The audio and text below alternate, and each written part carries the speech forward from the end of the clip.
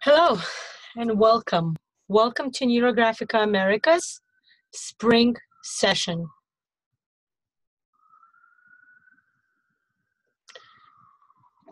My name is Lana Shalumov and I'm a certified instructor and coach in Neurographica. We welcome you to Neurographica Americas, where we have presenting you a very comprehensive spring semester.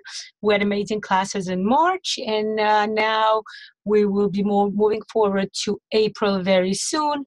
Please join us at Neurographica Americas group. We have groups in Russian and in English, and you're welcome to join both. We have a vibrant, happening schedule for April coming up. Visit us to get the details. And I welcome you to my class. My name is Lana Shalumov. I am a certified instructor and coach in Neurographica. I have been using Neurographica as a creative solution for the past year and a half. In my personal life, I've been using it for more than 2 years already. And in my professional life, I've been using it for the past year. I've been using it to teach my students online and offline. Neurographic is an amazing modality which gives you creative solutions for anything that life throws you, whether it's something stressful at this specific moment, or whether you have a goal that you would like to reach when it comes to your professional life or your personal life, relationship issues with family and friends, personal goals, professional goals. Let's say you want to reach a certain career point.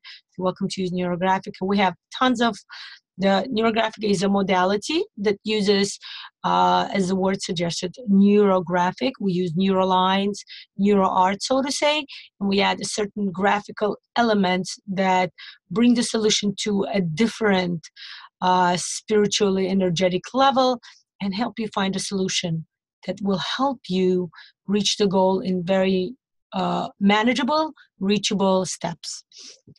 So, like I said, my name is Lana Shalumov. I live in New York City. I am very happy to be teaching you today.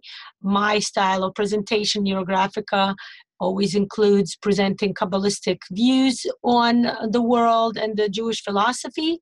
When we come to the world, I'm actually the director of Jewish education at Neurographica Americas. And in my practice, I integrate Neurographica together with Kabbalistic views, Kabbalistic terms, Kabbalistic ideas about how the world is. I also bring a lot of Jewish feministic approach, Jewish feminine approach to life, how we, as a Jewish woman, how I see life, how I approach life. And I would like to tell you that Neurographic is an amazing, amazing modality to be used to solve any issues. I'll be telling you, whether it's family, whether it's, within the community, something, anything, professional, career-wise. Welcome to join me today. Today is going to be a class on miracles, right? Sounds very interesting.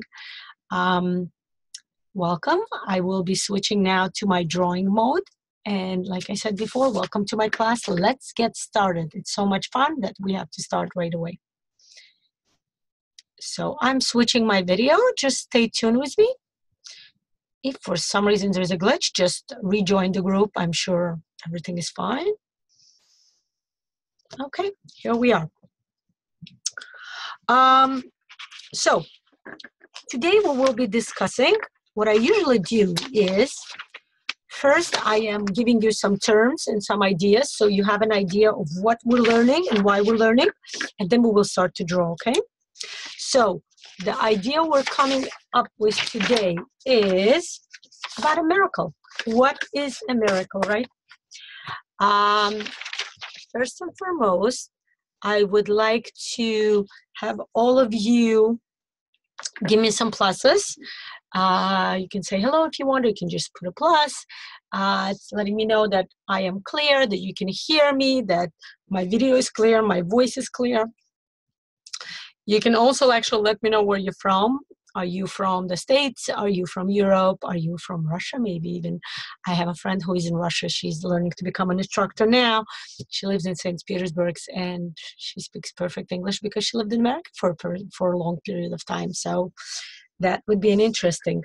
Neurographica is actually a modality-wise specifically mentioned Russian is because it's a modality that originated in Russia. It was created by a Russian psychologist and coach named Pavel Piskaryov, a very interesting person. He devised Neurographica. He came up with it. He devised it. He coined the terms. Right now, Neurographica is actually a patented term, both in Russia, in many countries in Europe, and it's actually the same thing in America, just so you know. So our school, Neurographica Americas, is the first school that teaches in English. And we're very happy to be bringing you this amazing modality to your, so you can understand and learn more about it. Okay, so the topic of our class today is miracle. Okay, I'm trying to make sure that the paper is in the middle of my, table, so you can comfortably see everything I draw. Sure, my camera is clear. Okay.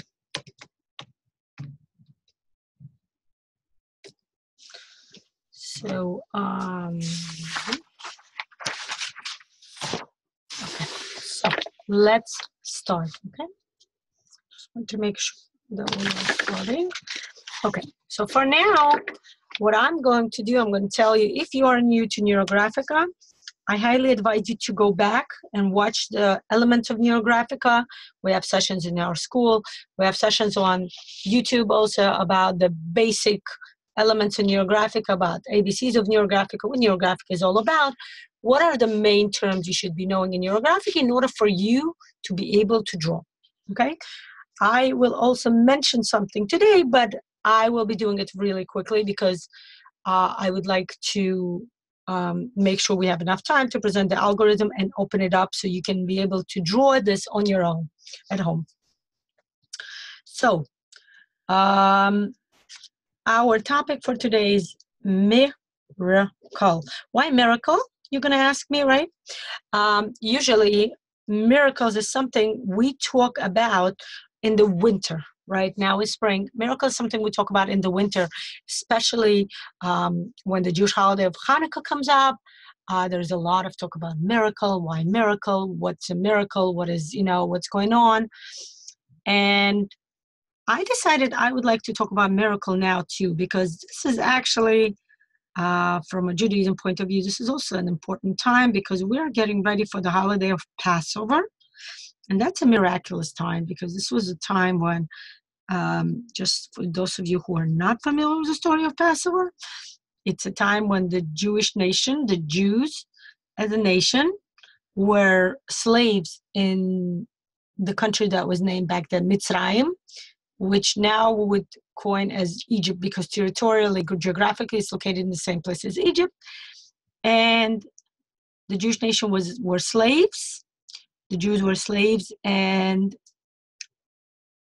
that's when the spiritual rebirthing happened of the nation. There was a person named Moses, or Moshe as we call him in Hebrew. He was born, and he was chosen by God, by the Almighty, to lead the Jewish nation out of Egypt and to form a special nation out of them. So basically, the Jews were given kind of a mission to be the nation of God, so to say. And as we know further on, all the basic monotheistic religion in the world came based on the Judaism, right? Based on Jewish religion.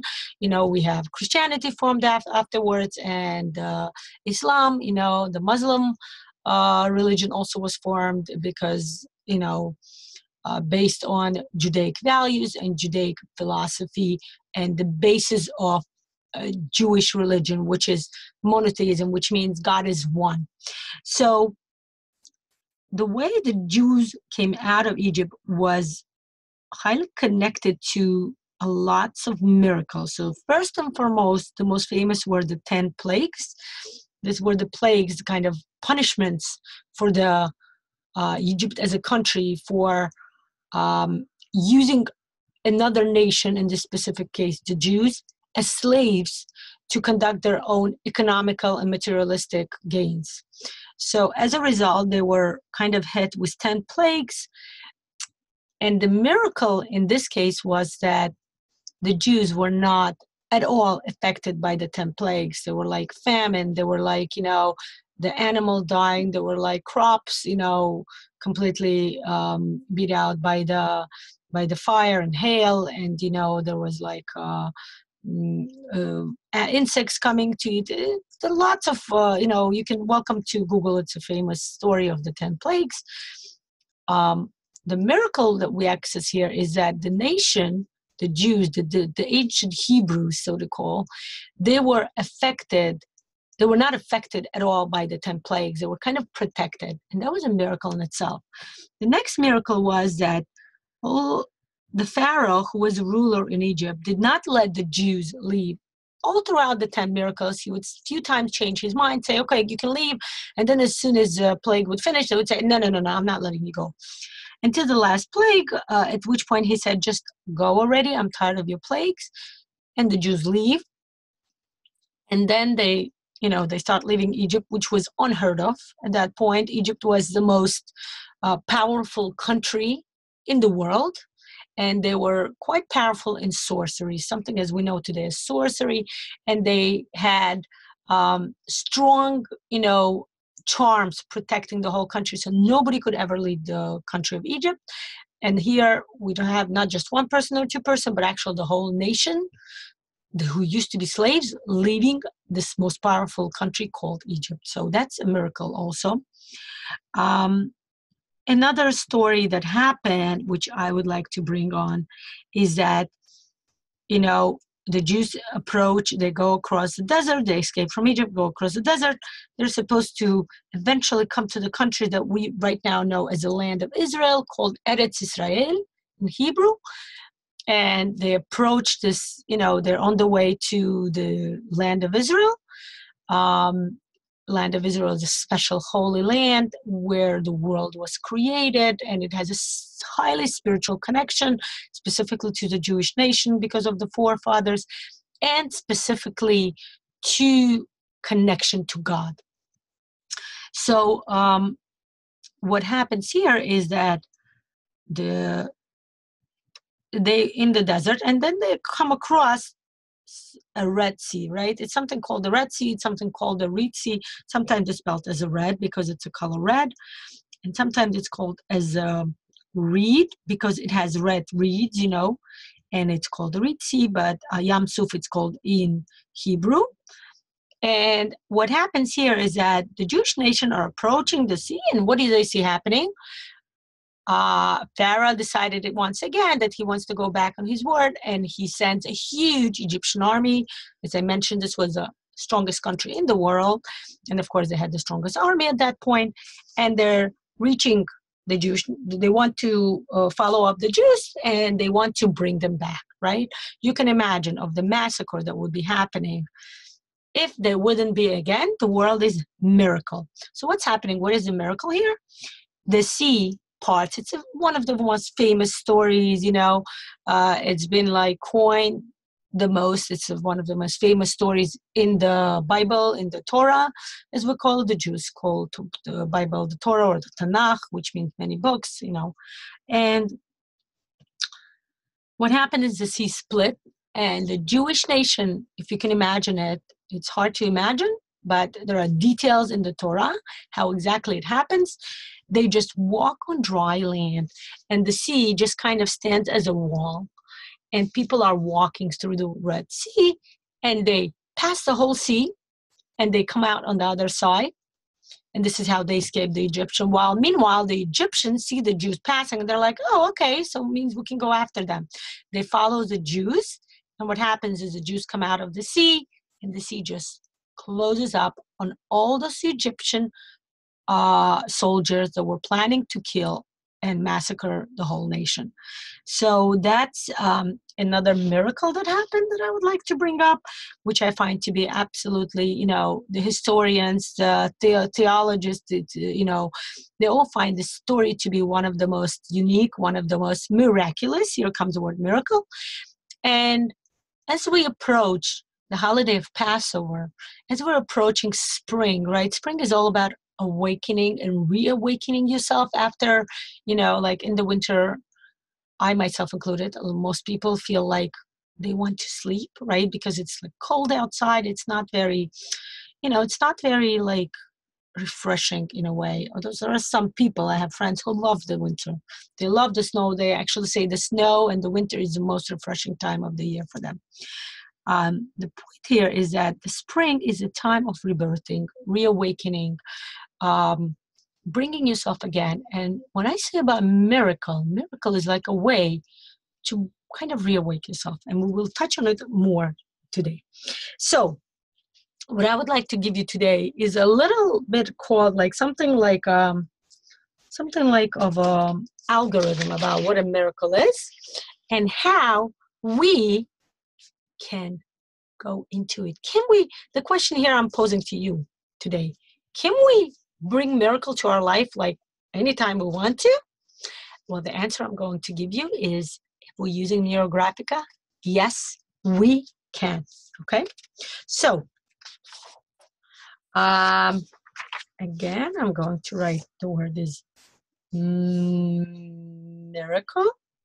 And over here, I am going to present to you the steps of the algorithm. We're going to have about 6 to 7 steps in our algorithm, and I'm going to draw the necessary graphical visualization for you, and we will actually start drawing on our paper very soon, okay? So first I would like to explain to you, to bring to you some Kabbalistic terms together with the whole psychological / spiritual energetical way of what miracle is, okay? So I invite you to draw like a circle, a big circle that's size of your picture, okay?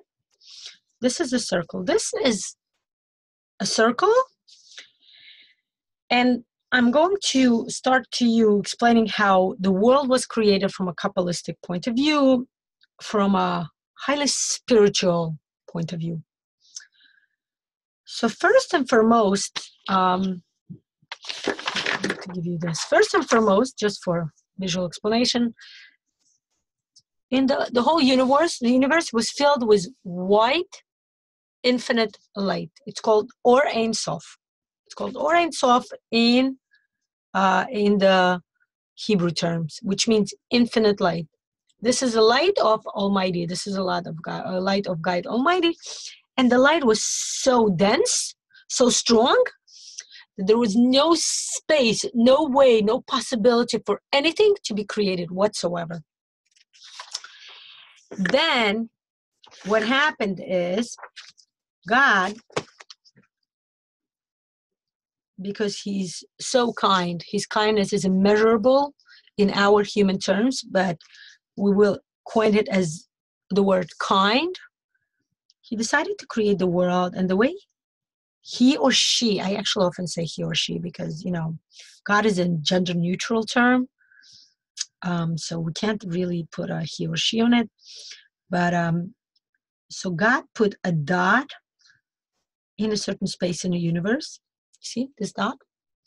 And from that dot, it says that she has decided to lower his light, to kind of release or back up his light, his or her light, in all the sides at the same lens. So basically imagine from all the sides at the same lens, meaning, okay, so what do we have now? We have a circle. That's right. So circle is the very first creation, graphical creation that God has created when it comes to the creation of the world. This term for kind of diminishing the light or like taking away the light in a certain area is called tzimtzum. Okay? So I'm going to further explain to you on this paper, okay? Because I want a bigger circle for you in order for you to understand what I'm talking about, okay? So this is the center of the universe. So to say, literally the center of the universe. You know how there's a term, center of the universe? So that's right. The center of the universe was created. There was a dot. And from that dot, light was going in different directions. We call that action is called tzimtzum, which means diminishing of the light. And as a result, we have a circle that was created, and that circle is like a boundary between the Or, Ein,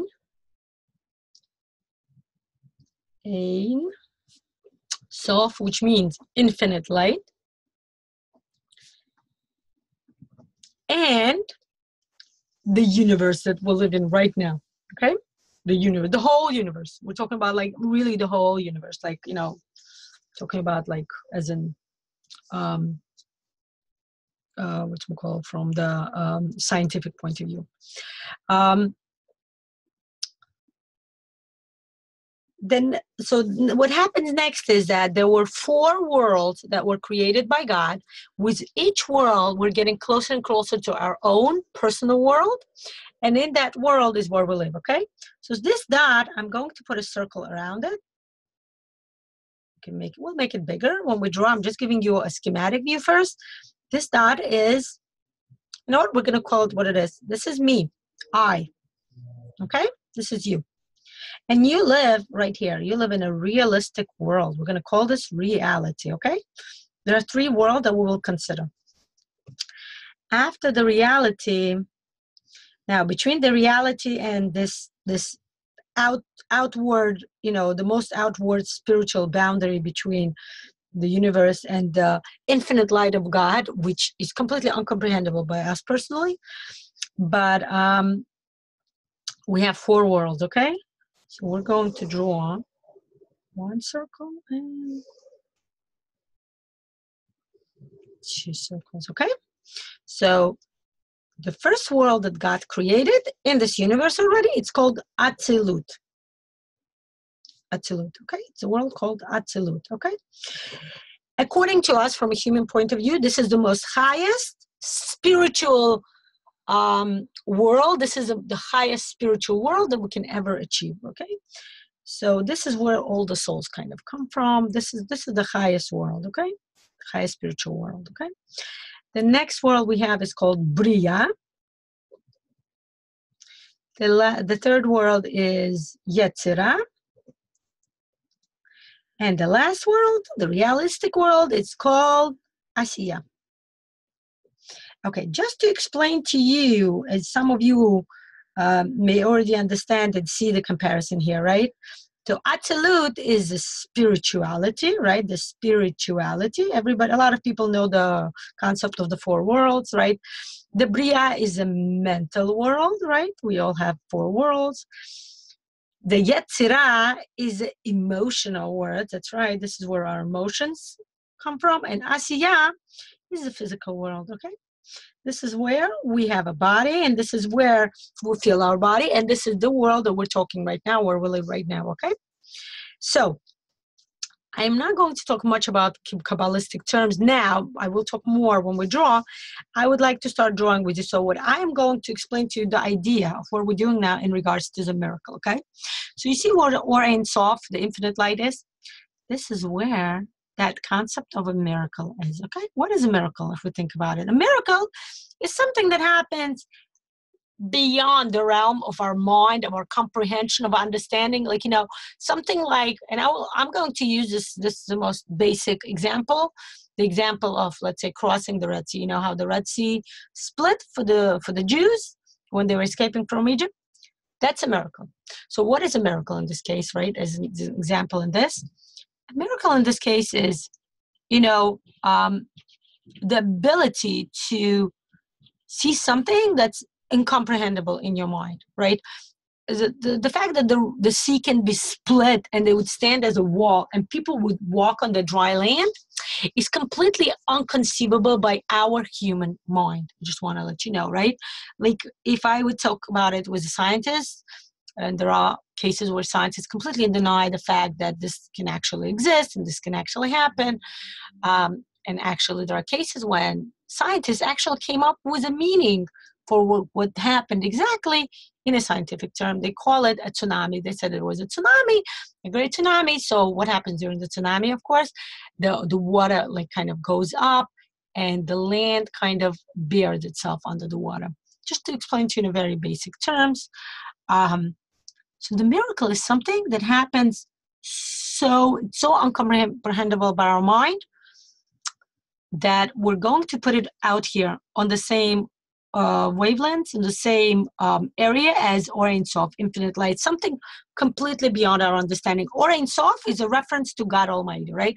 Can we in any way understand God? We can only understand God or the way God functions in this world only by the attributes that we human possess, right? God is much more beyond of anything we can possibly understand, and even on the highest spiritual, like even if you take the biggest sages, the most like biggest, like, I know so many Jewish sages that were able to, there are stories in the Talmud, which is like one of the books of the Jewish philosophy and Jewish learning, where the sages, the people, the rabbis, they were able to, when a person would pass away, they were able to bring back the person. Do you understand what I'm trying to say? To revive, to kind of, the person would be alive again. So this is like a very high spiritual, like spiritual at a very high level. Even people like that cannot fully comprehend and understand what God is all about. So we're going to put miracle in that sense, because really miracle is completely beyond our understanding. What happens here? I'm going to get back to the center. This is I, right?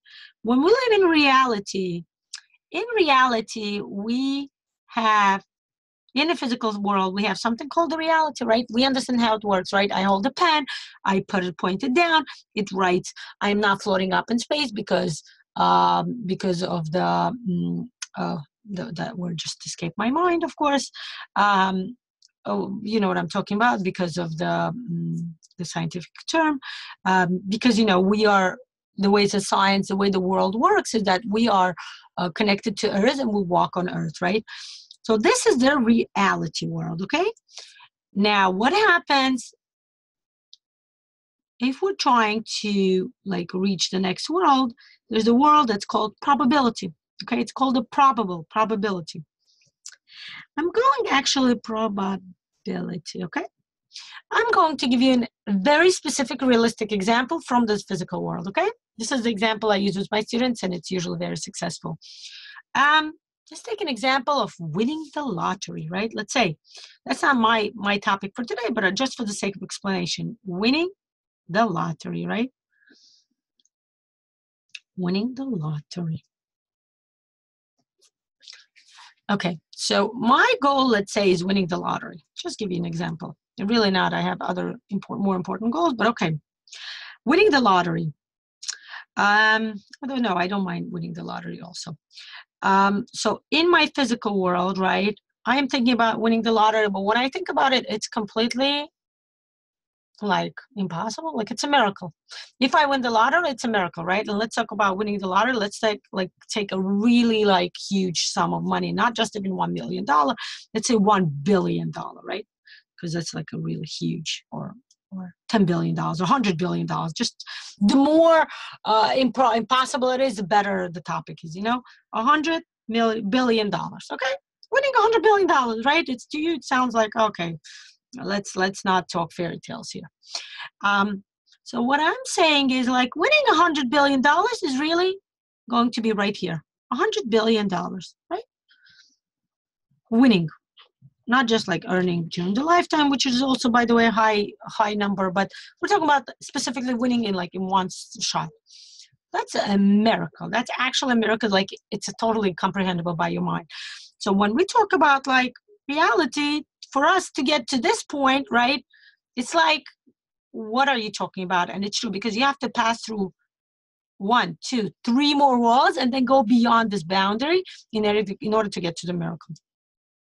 So what happens here is, like, I'm thinking $100 billion, forget about it. My mind is so incomprehensive of this idea that I would not even start thinking about what I can do. I may draw a picture about it. I may draw Neurographica, but in my mind, realistically, it's so impossible that I would probably not have any possible ideas of how to achieve it, right? Now, when I'm thinking about, let's get a smaller realm, right? A smaller world, closer to the physical world. Let's talk about this point. This world is a probability. In the probability world, when I say, Okay, forget about 100 billion. Don't worry about 100 billions. How about winning $10,000? Is that a possibility? If you ask me today, I'm going to tell you 100% yes. And I have proof of that. I want to tell you that there were twice I gave donations. I give donations every year to this wonderful Jewish organization called URA. I'm affiliated with them. I love them. I study Judaism through them. Amazing, amazing organization. And I want to tell you, every year they have an auction. I don't know. I know, actually it didn't pass. It's usually, I think it passed this year. Usually it finishes around April or May. You can check it out. They have auctions every single year in the winter and spring. And I always give them donation, and twice, not once, twice. I won one of their auctions for $10,000. I am not joking. One year it was $10,000, and another year I won a car, and they gave me a choice, either a car or the $10,000. Okay, so not just once, but twice I won. So in my mind, it is completely possible to win, $100. I'm going to call it probable. It's completely probable. It's the highest probability ever. Totally. Not an issue for me at all. Like if you tell me, let's draw a picture about winning $10,000, and I've done it. Done, but the picture, not the winning. When I won the $10,000, that was 10 years ago, and once was 8 years ago. So no, that was way before Neurographica was invented, which was invented 4 years ago. So yeah. But what I want to say is I did draw with Neurographica, earning $10,000, and it came true. Possible. Now, simply because I'm trying to explain to you from a psychological point of view, $10,000 is not such a huge amount of money where you're going to think, oh, it's impossible. Not even going to bother attempting it, right? Now, if you go to the next world, which would be, let's say, the next possibility, I would say, how about winning, $10,000? How about winning $100,000, right? Or how about winning, I'll make it even bigger, $1 million. How about we winning $1 million, right? Right? Am I doing it right? 100.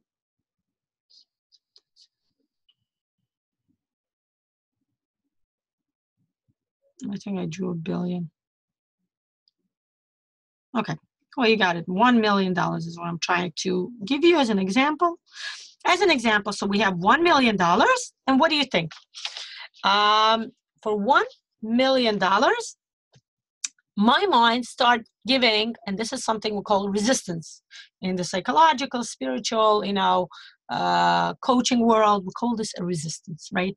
When I tell myself $1 million, my mind is like bursting, laughing, like, in your dreams, honey.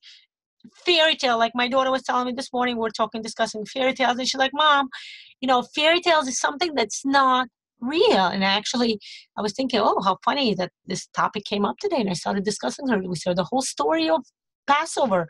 To some people, it may sound like a miracle. There's a story about a boy who comes home and tells his father, Dad, you're not going to believe what our rabbi tells us today.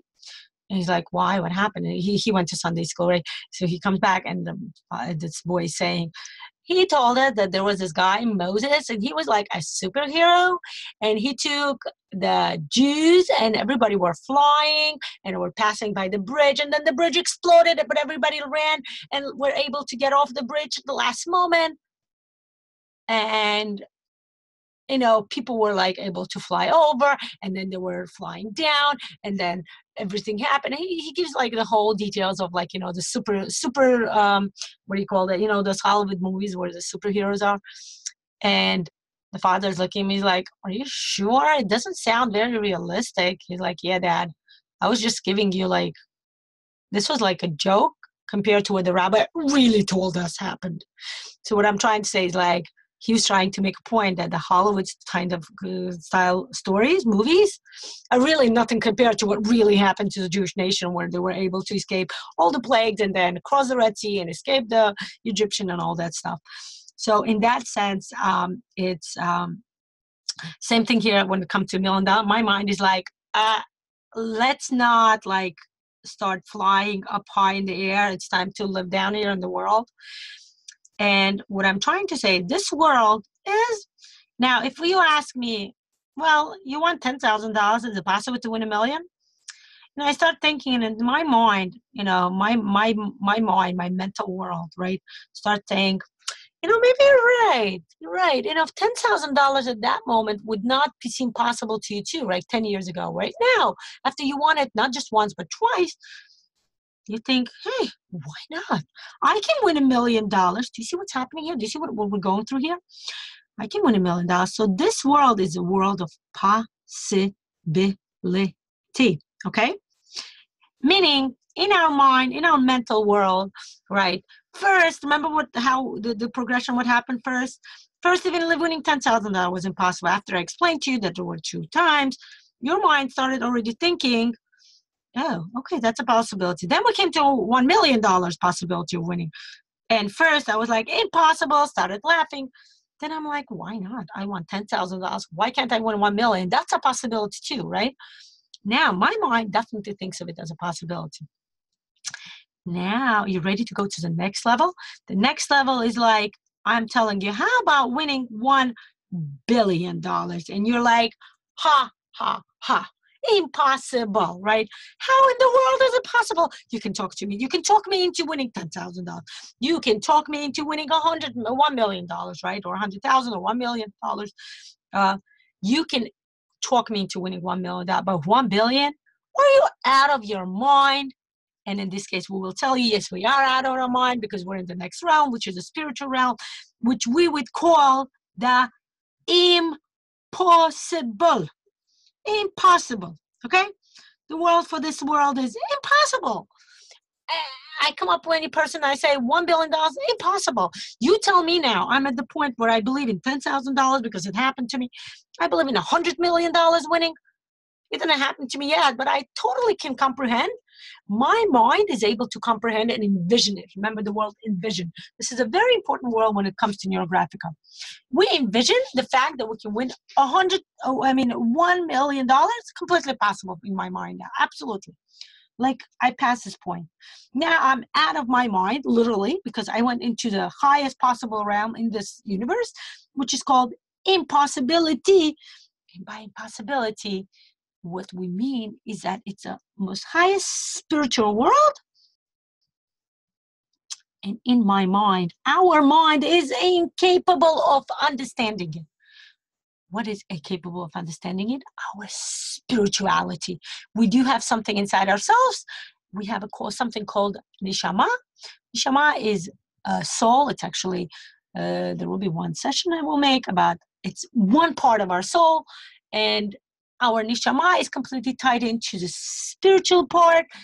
And that part of our soul, let's call it the way, one word, our soul tells us that it is possible to achieve anything in this world.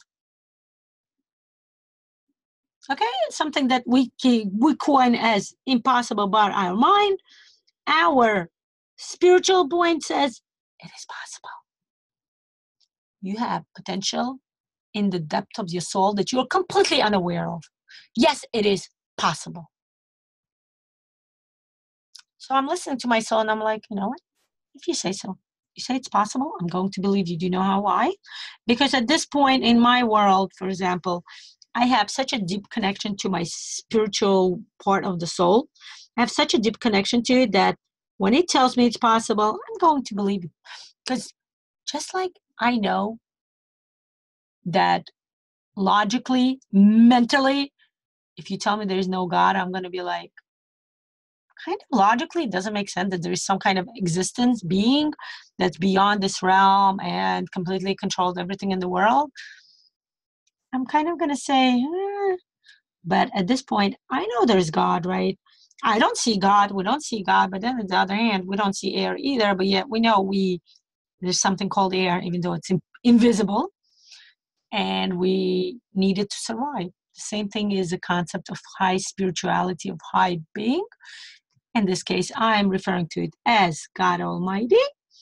And I am connecting it to the fact that just like I believe there is God exists, and that's a possibility, I believe, guess what? I believe now that there's a possibility that I can win in one shot $1 billion, right? That's it. In my world, this is possible, although I'm leaving the word impossible because this is the name of the word. Okay, impossible. From a mental point of view, it's impossible because our mind cannot comprehend it, but it's a possibility. I believe in it with my soul, with my, with my soul. That's what I'm going to call it. Now, what is a miracle? A miracle is right here. Right here is a miracle. A miracle is beyond anything we have described. A miracle is right here, something that beyond our capabilities to understand mentally or even spiritually in a way. It's something where we know, because the sages have told us, that there is such a thing as called as something beyond the world, right? It's actually mentioned that the first verse in the Torah, that God created the world. And the question is, because as we know, Torah is all about asking questions. The first question that's been asked is, what was before, right? What was before the world was created? And there are many, many ideas and books have written on that topic. And the Kabbalistic view that I'm presenting to you today is called Or Ein Sof. It's an infinite light. It's God Almighty in his, utmost being, so to say, something that's completely incomprehensible by us. But that's happening. That's a miracle. Okay? The miracle stands in this, we completely cannot comprehend the fact that something like a miracle can happen, right? Now, what I did here today with you, as you can see, was $1 billion, right? I brought you closer to the fact that even though we are 3 worlds away from the concept of miracle, we are so close to it, right? And I would like to bring to you, which is what I was doing now, that this boundary between the impossible and that world of the miracle is the thickest boundary, right? If at this point I'm quite versed, thank God, in Torah, I learned a lot about the way God works, Kabbalistically and other ways. If you think about, jumping over these 3 worlds, I was able to do it. Now, going beyond the world, the specific world, the last world, and going into reaching the miracle is the hardest thing, because this boundary is the thickest and it's very hard, right? And let's take our example. Now, you are telling me that I completely believe, and to me it's like piece of cake now to win $10,000. Piece of cake. I've done it twice, can do it again. Winning $1 million, absolutely possible. Winning $1 billion? Yes, of course it's possible. Why not? Do you see what I've gone in my faith, belief, psychological, mental capabilities? Now, if I tell you $100 billion, you're going to be like, what is $100 billion even in the first place? Like, can you mentally imagine that amount of money?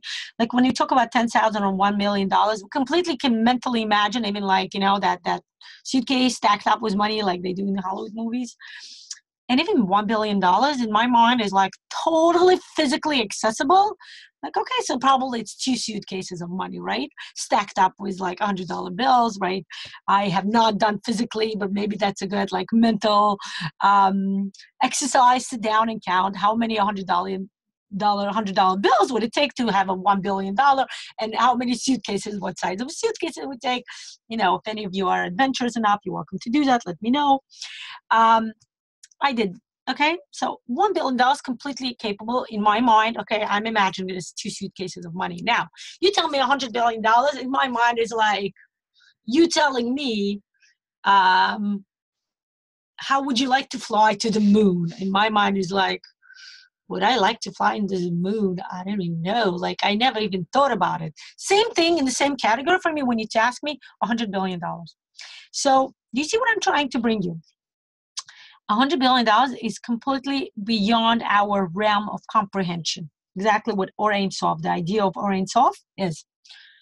Now, what I'm trying to tell you, and we will start drawing soon, so start, if you haven't yet, start thinking about your topic. What is it that you would like to draw? Because for every picture, we have to have a topic. In my mind, I am thinking, it's not hard to get from the physical realm the realistic realm into the probability realm. And then you can easily pass, right? I'm going to draw a neurographic line here from me, right, to the probability land, and then to the possibility land, $1 million, why not, piece of cake, to the $1 billion impossibility land, and then I'm like stuck. I am stuck in this thick boundary, right? I am stuck in this thick boundary that's kind of safeguarding this world and me away from like the, you know, some people would call it, what are you, crazy, right? That's the sanity, okay? What really divides us from, what divides a sane person from insane person is really this one little thick line, right? Which you can cross, and I'm not bringing you here to, I'm not telling you to become insane. What I'm trying to tell you is to start believing in miracles, okay? So, okay, I went through this, right? I passed this boundary, right? Now I passed this boundary. Now I passed this boundaries easily, right? I'm going to make a nice neurographic line here. Now, I'm trying to pass through this line. Physically, I'm not able to do it yet because mentally I'm like $100 billion. It's incomprehensible to me. It's like saying you can fly to the moon. Now, when I start thinking about, can I really compare it to flying to the moon? Think about the philosophical conversation I'm bringing you here. Am I interested in flying to the moon? No, I am not interested in flying to the moon. That is not my goal. What is my goal? In this case, my goal is winning $1 billion. That is my goal. Now, when I start thinking flying to the moon, I don't even care passing this boundary. I comfortably going back. Now, when I think about winning $100 billion, I just started thinking like, look, I just passed this realm. I can, $10,000 is a piece of cake for me now. $1 million, sure, you know, you can tell me, if I give you $100 million, would you have it change? And I would be sure saying, of course, you know, here's that one suitcase that you need to change from. Now, when I get to this point, this is my coveted wish, right? This is my goal, $100 billion. And I start thinking, I'm looking back and look at all this four world that I passed through. And I'm thinking, you know, I was able to pass through this four world. Of course I can pass through here. So I start thinking that this possibilities, which slowly but surely have opened for me, can certainly open up here. And I'm able to draw this line of neurographic line and go beyond this boundary and go beyond. And I'm going to be, let's say, winning $100 billion in a circle, because we will be putting everything in a circle now. And voila. How do you like this? We have done this, okay? We have gotten to our miracle. Now this miracle is completely accessible. It is still a miracle. It's completely out of this world, but we don't have, in my mind, I do not comprehend it anymore as a way to, you know, as something that's completely impossible and never even possible, okay? In my mind, it's completely possible to win $1 billion. You know, I am like, seriously, I'm like already making plans, what I'm going to do with this money. I'm just giving you an example, okay? How realistic it is already in my mind, okay? So here, I took the miracle and drew a direct line from myself to this miracle. Honestly, at this point, the miracle, this point of winning $100 billion is completely accessible to me now. Did you see what we did? We're going to do this now on our real paper, okay? Take your markers, prepare. We're going to draw the real world, okay? So I'm going to write down here the steps of the algorithm for you, okay? So first step of the algorithm we're going to do is we're going to draw 4 circles, okay? Draw 4 circles on your paper, okay? If you want to, you can do it the way I did it on my paper over here. I am going to get OCD and take my circular and use my circular in order to draw a nice circle, because I'm going to take this session very seriously and bring it in. Okay, I'm using a circular here. Got it from Amazon, just FYI, if you're wondering where you can get a circular. Amazon for a few dollars. And using a circle to draw 4. Okay, first and foremost, you making a dot on your paper. Guess who it is? That's right, this dot is you. That's right. This dot is you. I put a paper underneath so that the paper doesn't bleed too. Okay, you know what? I'm going to put a circle to see what would be the best place to make the middle part, right?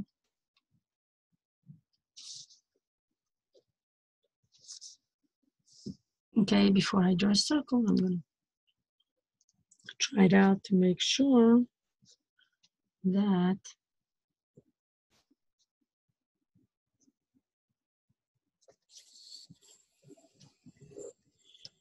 okay, this is my outer world. Next, I'm going to have another world. Okay, this is, I had a class yesterday. I lead classes every week on Brighton Beach in Brooklyn area.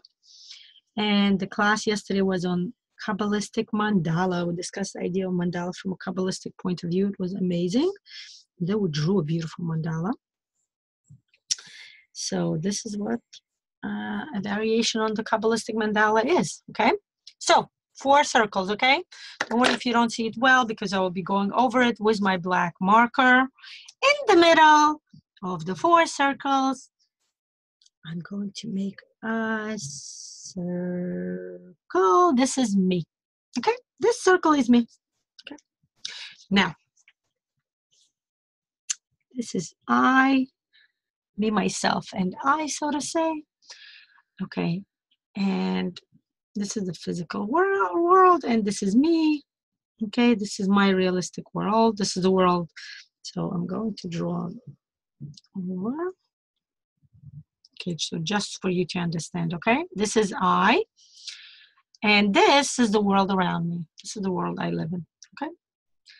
Now, the next world is a world called Atzilut. This is the emotional realm, okay?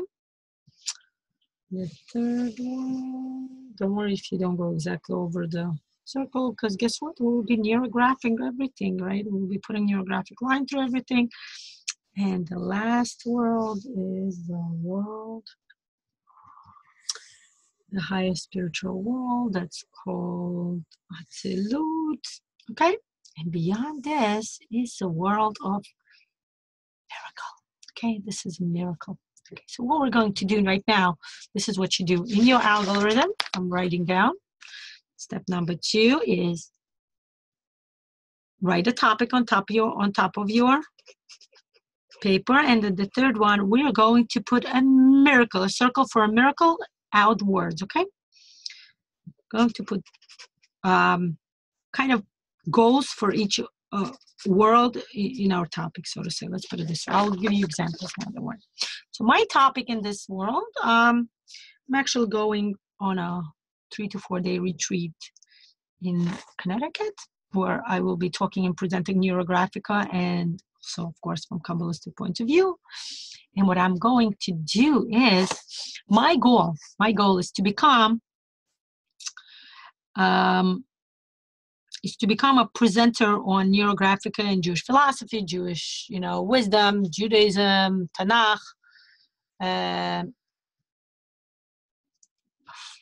and to start presenting it to the Jewish communities all over the world, all over US, all over the world. That's my goal, right? That's in my mind, like, I just said it out loud, and to me it's like, miracle. Like, to me, it's like such a miracle. Like, how is it ever going to possibly happen, right? In my mind, it's totally incomprehensible, right? So this is my miracle, okay? We're drawing everything in a circle because the circle itself, Kabbalistically, like I said, remember how the world was created as a circle? Circle is a very miraculous term in Kabbalistic terms, in actual Neurographic as well. This is how amazing Neurographic is. So this is my miracle, and this is my topic. Become presenter in Neurographica all over the world, okay? presenting. I'm actually not even going to say the word become. I'm not even going to coin it in the future. I'm going to say it as a present tense, presenting Neurographica and Kabbalah to Jewish communities all over the world. Okay, that's my in the world. That's what I'm going to write. Okay, it's very important to put down your theme, your topic, your quest. I call it quest, by the way. In my teaching, I call it the quest because it's a quest. You know, you're trying to achieve something. You're trying to conquer something, so to say. So that's my quest. Important to write it down in presentable terms and in presentable words in order for you to comprehend it, for your mind to comprehend it. It's just so important. Remember how we just went through all the worlds? So important for your mind to be able to comprehend what you're saying in order for it to be an achievable instrument. By the way, this is one part I would like to mention to you, that these two worlds, this first world is a conscious world, right? The physical world is a conscious. This world is subconscious, right? Subconscious. And the mental and the spiritual world are both like unconscious world, right? I mean, sometimes some people are capable in their mental world also brings up subconscious, meaning they're able to dwell into their mental world and make it a subconscious. But the spiritual world is completely unconscious. Like I said, very high spiritual people can consciously, not even consciously, subconsciously access the spiritual world. But for regular people, it's completely unconscious. This world is on/subconscious, just so you understand from a psychological point of view. Okay, so in this case, this miracle, my topic is completely a miracle. Presenting, Neurographic and Kabbalah to Jewish communities all over the world, you tell me? I didn't say, New York. I didn't say America. I said all over the world, and I do mean all over the world. Okay. So what I am...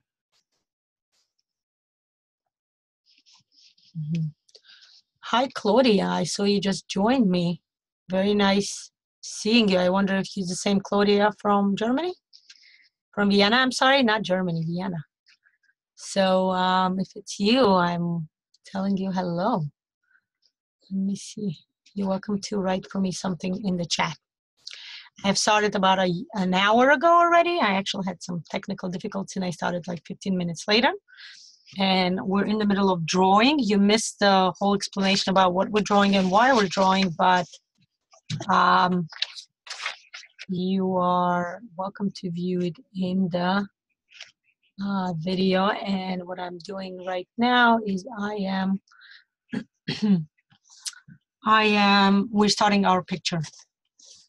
So this idea is completely a miracle to me. Now, I'm right here. I'm in realistic world. This is me. And what's happening in my realistic world, right? In my realistic world, in my reality, what I am doing is I am an instructor. I'm a director of the Jewish, learning at Neurographica Americas. This is where I am now. Hello, Claudia. I saw your greetings from Vienna. Very nice seeing you. Now, if we go to the next realm, so this is the realistic realm, right? This is realistic.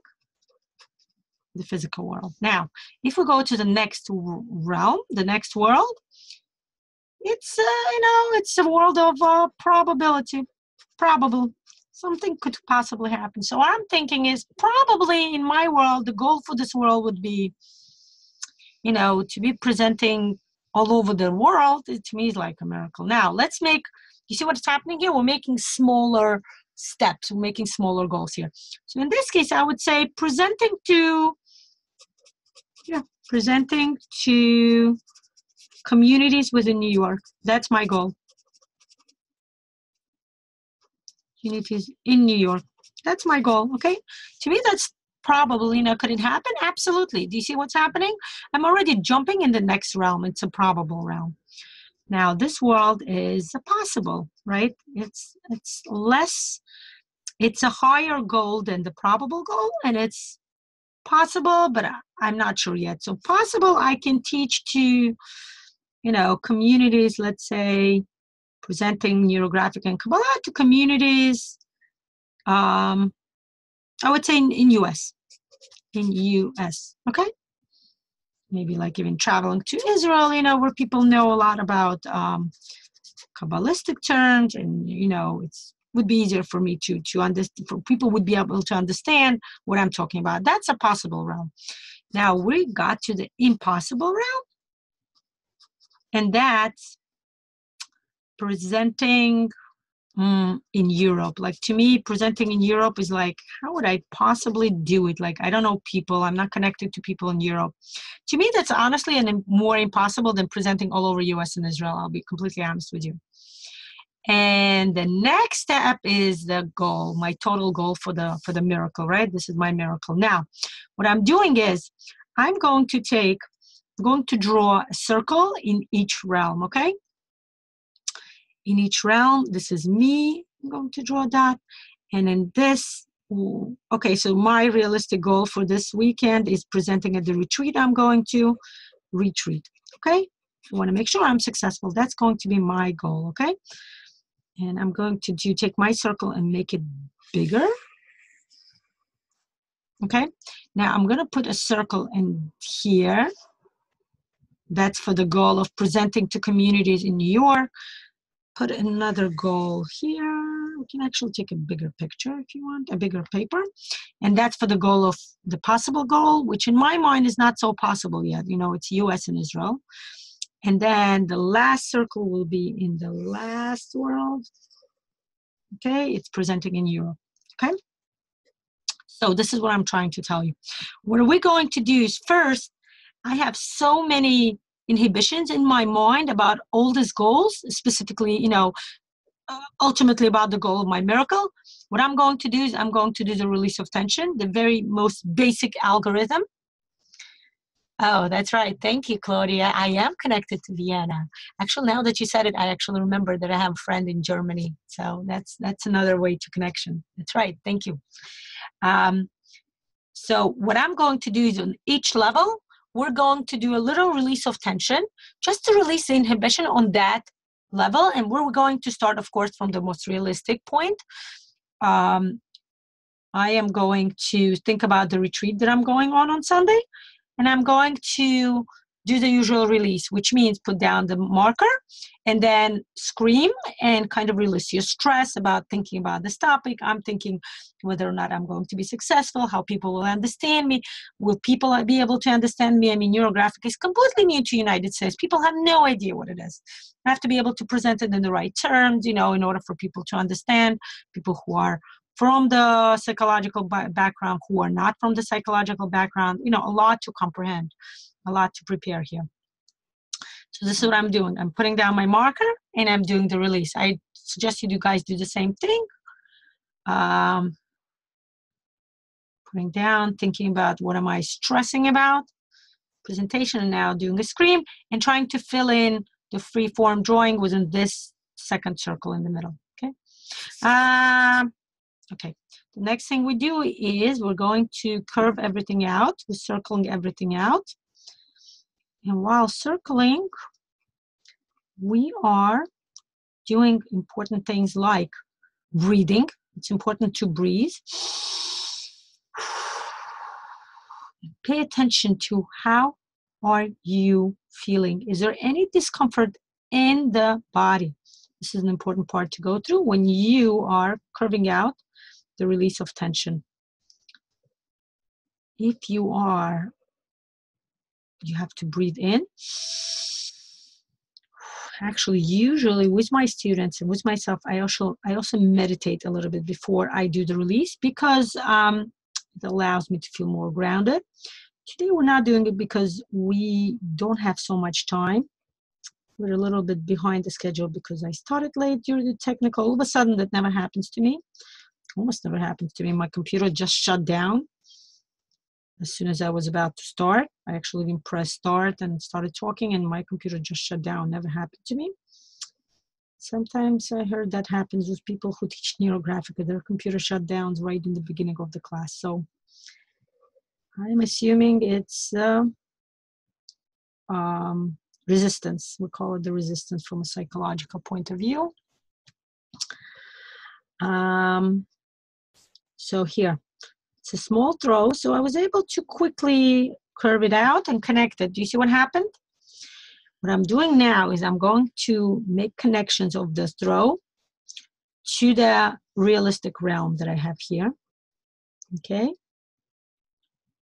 Okay. Meaning I'm connecting my inner stress, which I just transformed, to the outer world, you know, to the social world, to the society, to the world of the retreat, which I'm going on. And I am, you know, kind of connecting to those people who I'm meeting. And I am, you know, by drawing neural lines from my inner thought and emotion to the outside, I'm kind of like connecting myself to them on a highly, like, you know, energetical, spiritual way.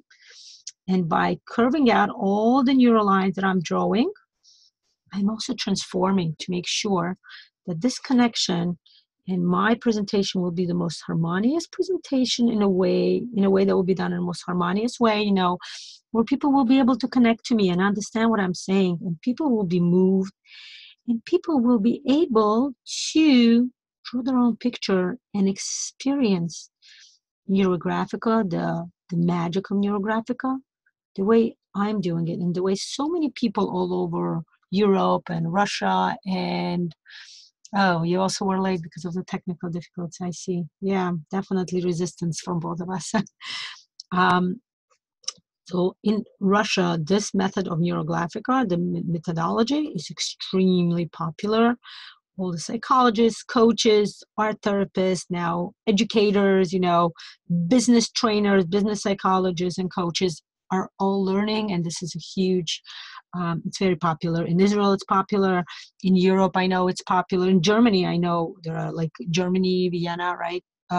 There's a huge group of followers. So just letting you know that we are the Neurographic America School. We're bringing this modality to America, and we're so excited to share it with an English-speaking population, because this is truly a magical, I'm calling it not lessons, and I'm going to use that word magical. It's like, you know, sharing the world of Harry Potter with adults, which, you know, I am a fan of Harry Potter. So to me, it's like that word makes a difference. Now, see what happened? My reality has been transformed. I created a beautiful picture in my realistic world. Now, what I'm going to do is I am going to make a release of tension in my next goal. Now, in my mind, the retreat, I just talked it out, and I'm completely calm and confident that it will be absolutely great and absolutely fine, and people will love Neurographic. So I'm going to my next goal, to the next realm, something that doesn't seem like very possible. I don't know, it's like probably can happen, right? Can I teach in like present Neurographica and Kabbalah to communities in New York? I'm thinking about it. I mean, yeah, why not? If it's going to go well at my retreat in, you know, in Connecticut, which is like close to upstate New York, I can go beyond the state of New York and I can start teaching, you know, I mean, to go beyond, you know, my own class and like little classes where I'm invited. I can start teaching in all over New York. I mean, there are many communities in New York where I can start teaching. So that's what I'm going to do. I am going to make a throw, and my stress and all my inhibitions and insecurities about this topic, teaching in communities, presenting Neurographica and Kabbalah to the communities in New York, you know, mostly Jewish communities, because they're mostly open to Kabbalistic, but not necessarily everybody who are open to the idea of Neurographic and Kabbalah. I'm open to teaching to those communities and presenting it to people in the whole state of New York and maybe nearby, New Jersey, you know, Connecticut, Philadelphia, everywhere where people are interested. So I'm putting down my pen, thinking about my insecurities, my inhibitions. I'm going to make 3 deep breaths, you know, like kind of getting myself like situated emotionally and mentally, and then make a throw, okay? That was my throat. I'm going to curve it out.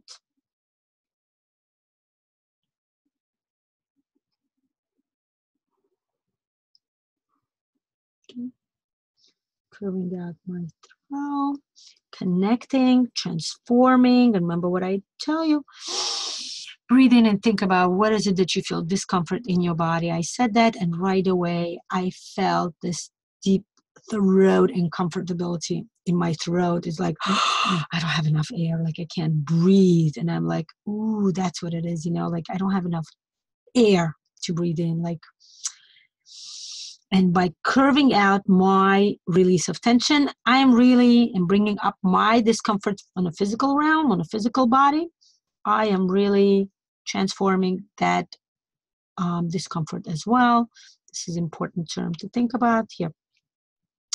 Honestly, doing such a small release, curving out such a small release, it's really nice and quick, okay? Which is good. It will give us time to go through the other steps of the algorithm. So this is very interesting, okay? There you go. I just transformed. And while transforming, I'm thinking, while being at the retreat in Connecticut, which is near upstate New York, I'm going to meet with leaders from many, many communities all over the world.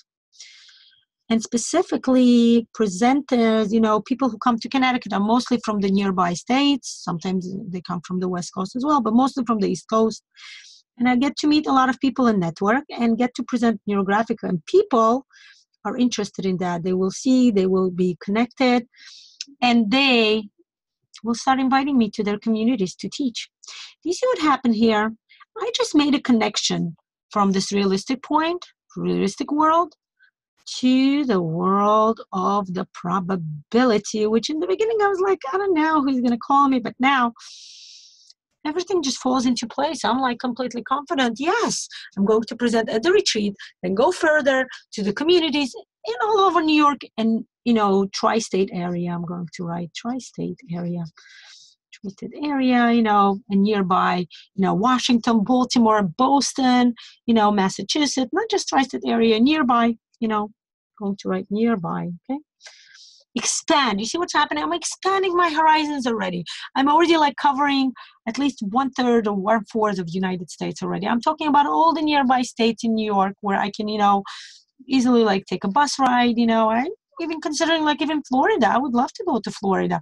I think that people in Florida and communities are so interested in what I would be presenting, and I can fly there. So in my mind, you see what's happening physically already. I see myself physically traveling there and presenting Neurographica. And that's what I'm, doing here. Now, you see what happened? I just jumped from one realm into the next realm. Now I'm going into my third realm. Do you see what's happening? I'm so close to getting to my miracle. But if you tell me your miracle, your goal, total goal, is to present all over the world, ooh, right away I'm started thinking, you're talking fairy tales. That's impossible. Not even possible. Forget about it. Don't even talk to me about it. Don't tell me something that's completely impossible. What's possible to me is presenting at the retreat, and I think I will be successful. I'm already drew the success for myself. I will be presenting at the communities in New York. See, I went to the probable realm. Now, the next realm is the possible realm. Now, is it possible for me to present Neurographic and Kabbalah in the United States and even go to Israel? When I say that, I'm not sure. In my mind, I'm I don't know. How would that happen? What would I do? And I'm thinking, how would that be possible? And I have inhibitions and I'm having some insecurities. So what am I doing? Of course, I'm going to make a release of tension in this circle that's in the third world, okay? I'm putting down my marker. 3 deep breaths, thinking about my insecurity and discomfort, and then make a release, okay?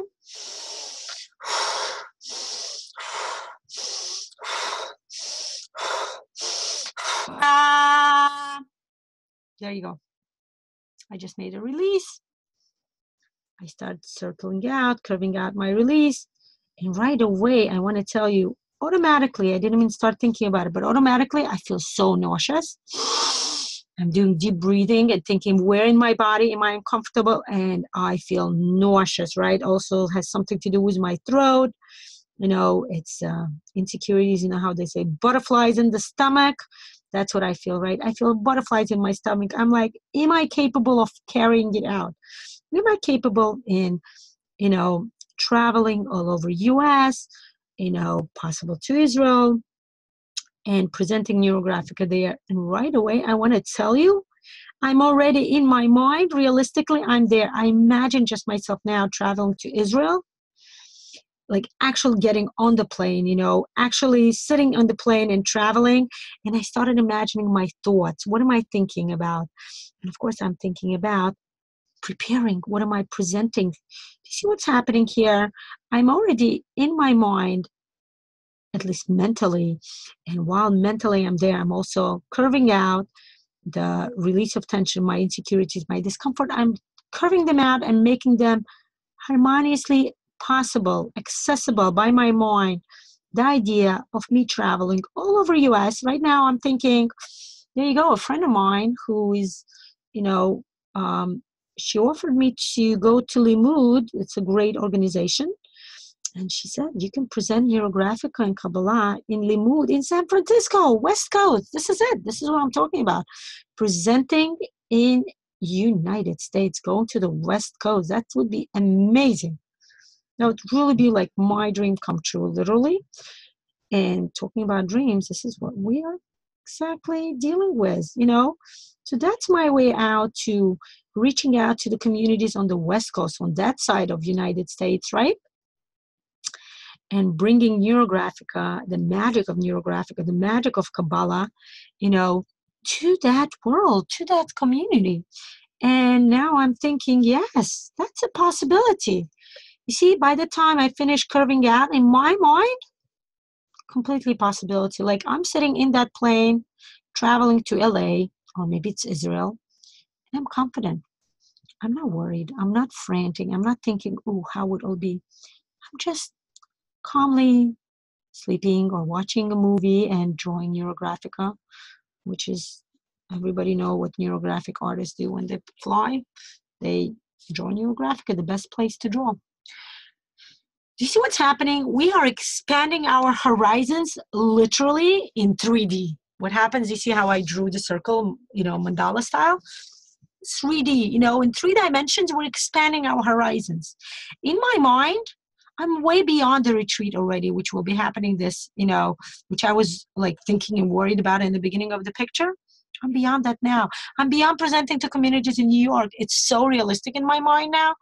And I am comfortable now going to the West Coast, traveling to Midwest, traveling to Florida, traveling, all over US where they have communities who are interested and willing to welcome me. And I'm so excited at this point. I'm literally just imagine myself and I'm excited to go and travel and present Neurographica and Kabbalah to those communities. Yes. Guess where I am now? I'm looking at Europe and I'm like, it's impossible, but you know what? I don't even have to talk myself into it already at this point. I'm thinking, yes, Europe, here I come. And I'm looking at the screen and I'm seeing greetings from Vienna. And I'm like, yes, Claudia is here from Vienna. I have a friend in Germany. I have people who are in Neurographica America course where I'm a supervisor this year. They're traveled from all over the world. They come from, in Europe, all over former Soviet Union, first of all. And then in Europe, I'm trying to think. There is London, there is France. We have people from France, people I'm thinking I would be willing to go to Switzerland and Scandinavian countries. I'm like so excited now. Do you see? I'm well beyond America now. I'm already in this world, right? So do I have insecurities and discomfort? Of course I do. Of course. I'm like, I'm thinking, people like Vienna, I have Claudia, I have people from Germany, I have people maybe from London. I definitely have people from former Soviet Union, but from like London and France. I said that and I'm a little already like not sure. So I'm going to take a deep breath and do the throw, okay?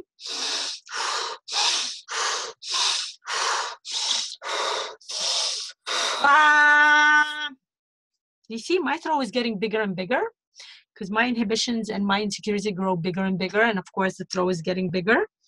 But it's also good because by curving out the throw that takes more space, I'm also curving out, transforming my inner inhibition and insecurities in a bigger realm. Just so you guys understand what's happening. We are literally going beyond our horizons and jumping from one world to another as we're getting closer to our coveted dream, to our quest, to that something that would be a total miracle to us. We're getting closer and closer to it at this point by, each step we're covering closer and closer. Each step we're getting to higher and higher realm, higher and higher goal, and we're transforming. Now, remember, we're curving out the release of tension, breathing and feeling where you feel discomfort in your physical body, an important part. Ooh, you see it. First, I felt discomfort in my throat. Then it went down in my chest. Yes, the discomfort is in my chest, traveled down to my stomach, went up and stayed in my chest. That's my discomfort. I am curving out my tension, my discomfort, and I'm transforming the physical, that physical, fear. I'm going to name that's exactly what it is. You know how we talk about that discomfort? That discomfort is fear.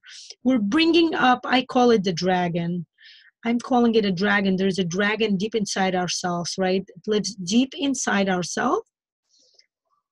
And it often sabotages us, right? It often gives us ideas and thinking is like, do you really need to go to Europe? Why do you need it? I mean, come on, there are people in Europe who can do Neurographic and present it. Why does it have to be you? Do you see all the securities and fears I'm bringing out? It's so important to talk about it, especially when you're curving out, because curving out is a meditation time. And I'm thinking, oh, yes, it's important because I'm not just presenting Neurographica, which, yes, there are people who can present Neurographica, but I'm also presenting Kabbalistic terms, which is, honestly, in my mind, is one of the most amazing ways to approach life from a Kabbalistic point of view. When you start understanding why God created this world and how he created the world, and all the ideas that are happening, all the ways how you, when you get to the main point that God has created this world and given it to you, the human being, to become a partner with him in transforming the world. Do you see the word transforming? And when we say the word transforming, in my mind, paralleling, jumping right away into Neurographic, and I start thinking, yes, transforming, paralleling, bringing out the world of Neurographica. This is what's happening. This is where Neurographica and Kabbalah intersect and bring the best of both. That's why I want to present it in Europe. I want to become a Kabbalah presenter in Europe, Kabbalistic terms, and Neurographica. Combine these two modalities, which are so important, so instrumental. Look what's happening automatically. I finished transforming my release of tension in the last fourth world. And look what happened right away.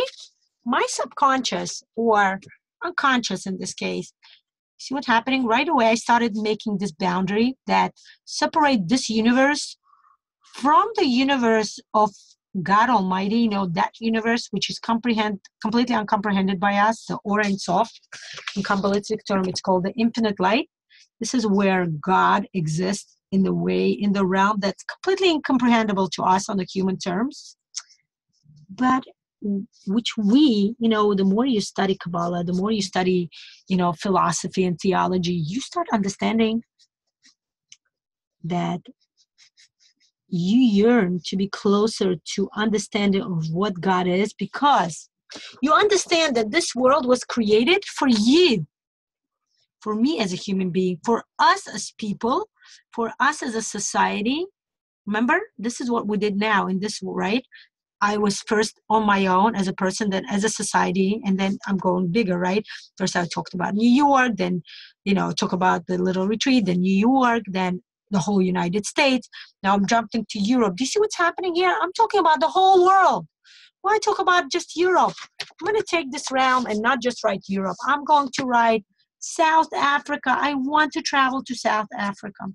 I'm going to talk about Asia, right? Asian countries. People in Asian countries are so interesting. A friend of mine just recently traveled to Japan. She was telling how she was talking to her colleague. She's an orosoma a specialist. She was talking about to people in Japan and China, and people were like, wow, this is so interesting. We want to learn about it. And I know people in Japan, in Korea, in China, they're interested in Kabbalah. They learn about Kabbalah a lot. Talking about, India, where we have highly spiritual people travel to India to, talk to gurus and talk to to meet some certain spiritual mentors. I think people over there would love to hear about Kabbalah and, I'm going to write India, right? Nepal, Thailand, right? Oh, there you go. Do you see what's happening? Thailand.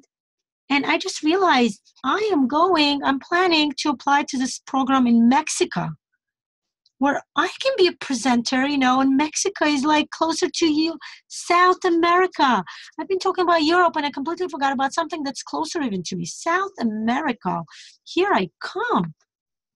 Do you see what's happening here? I'm completely expanding my horizons.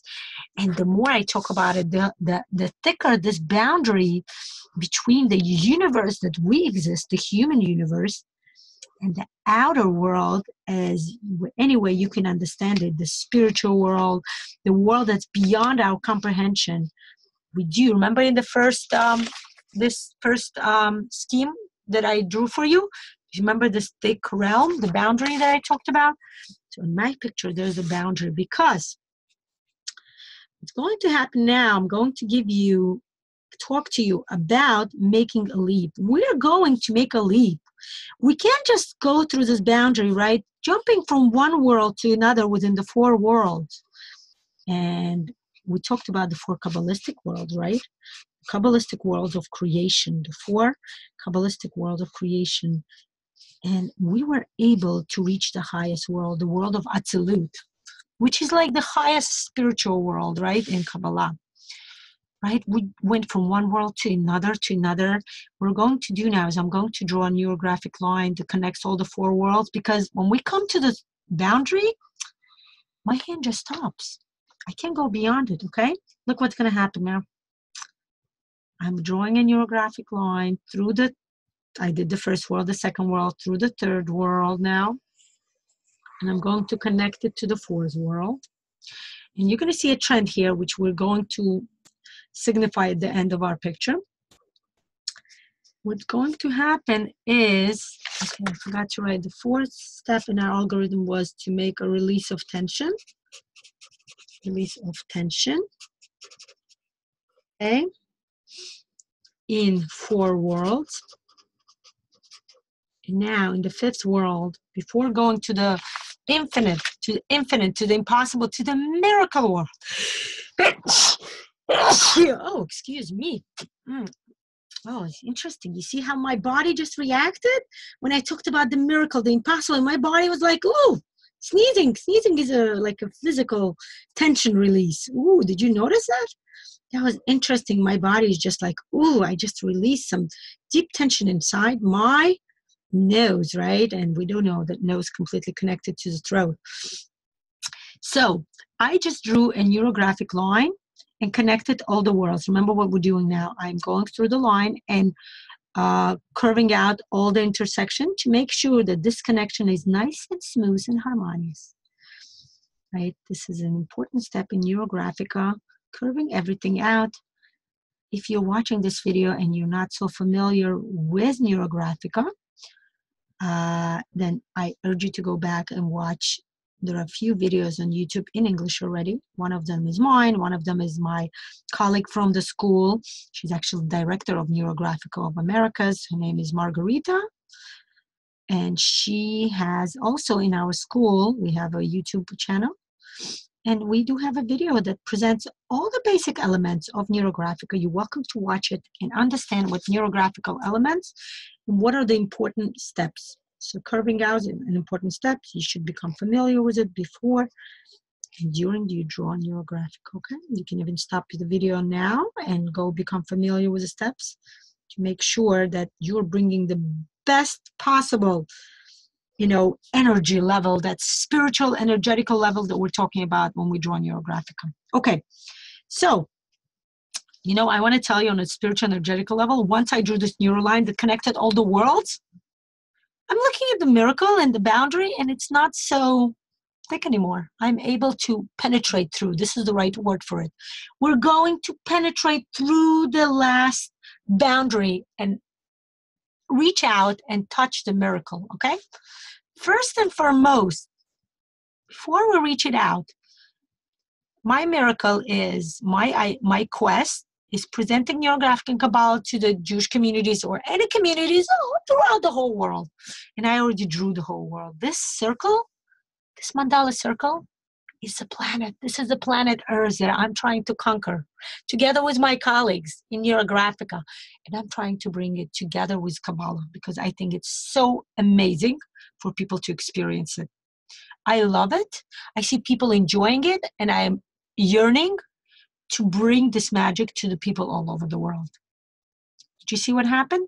I just completely clearly presented all the terms and gave ideas, and now my mind is not so like, when I think about presenting in the world, I'm not nervous anymore. My mind is not rejecting it right away automatically, but rather after going through all the steps, I'm like, yeah, that's possible. Why not?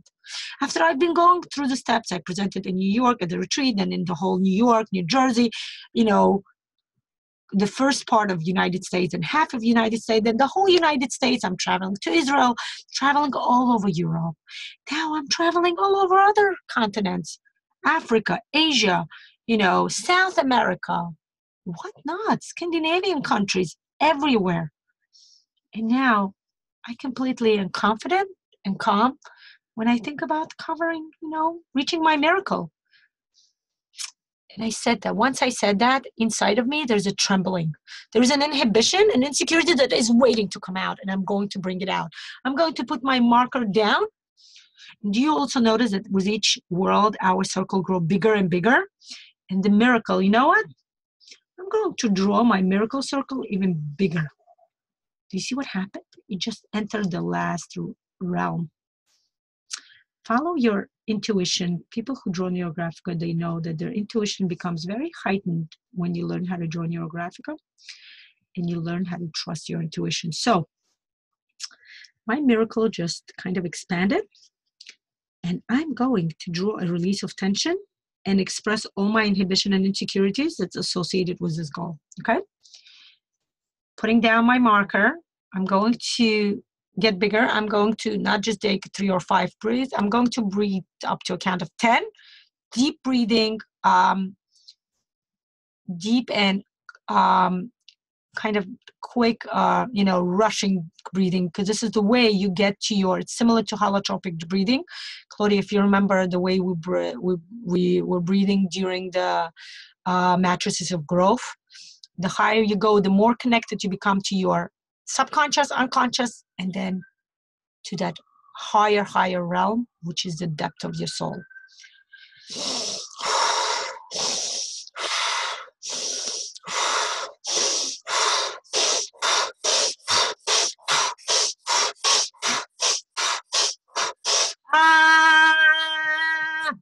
You see my? Yes, Claudia, that's right. My release of tension now went beyond the miracle circle. It went all over.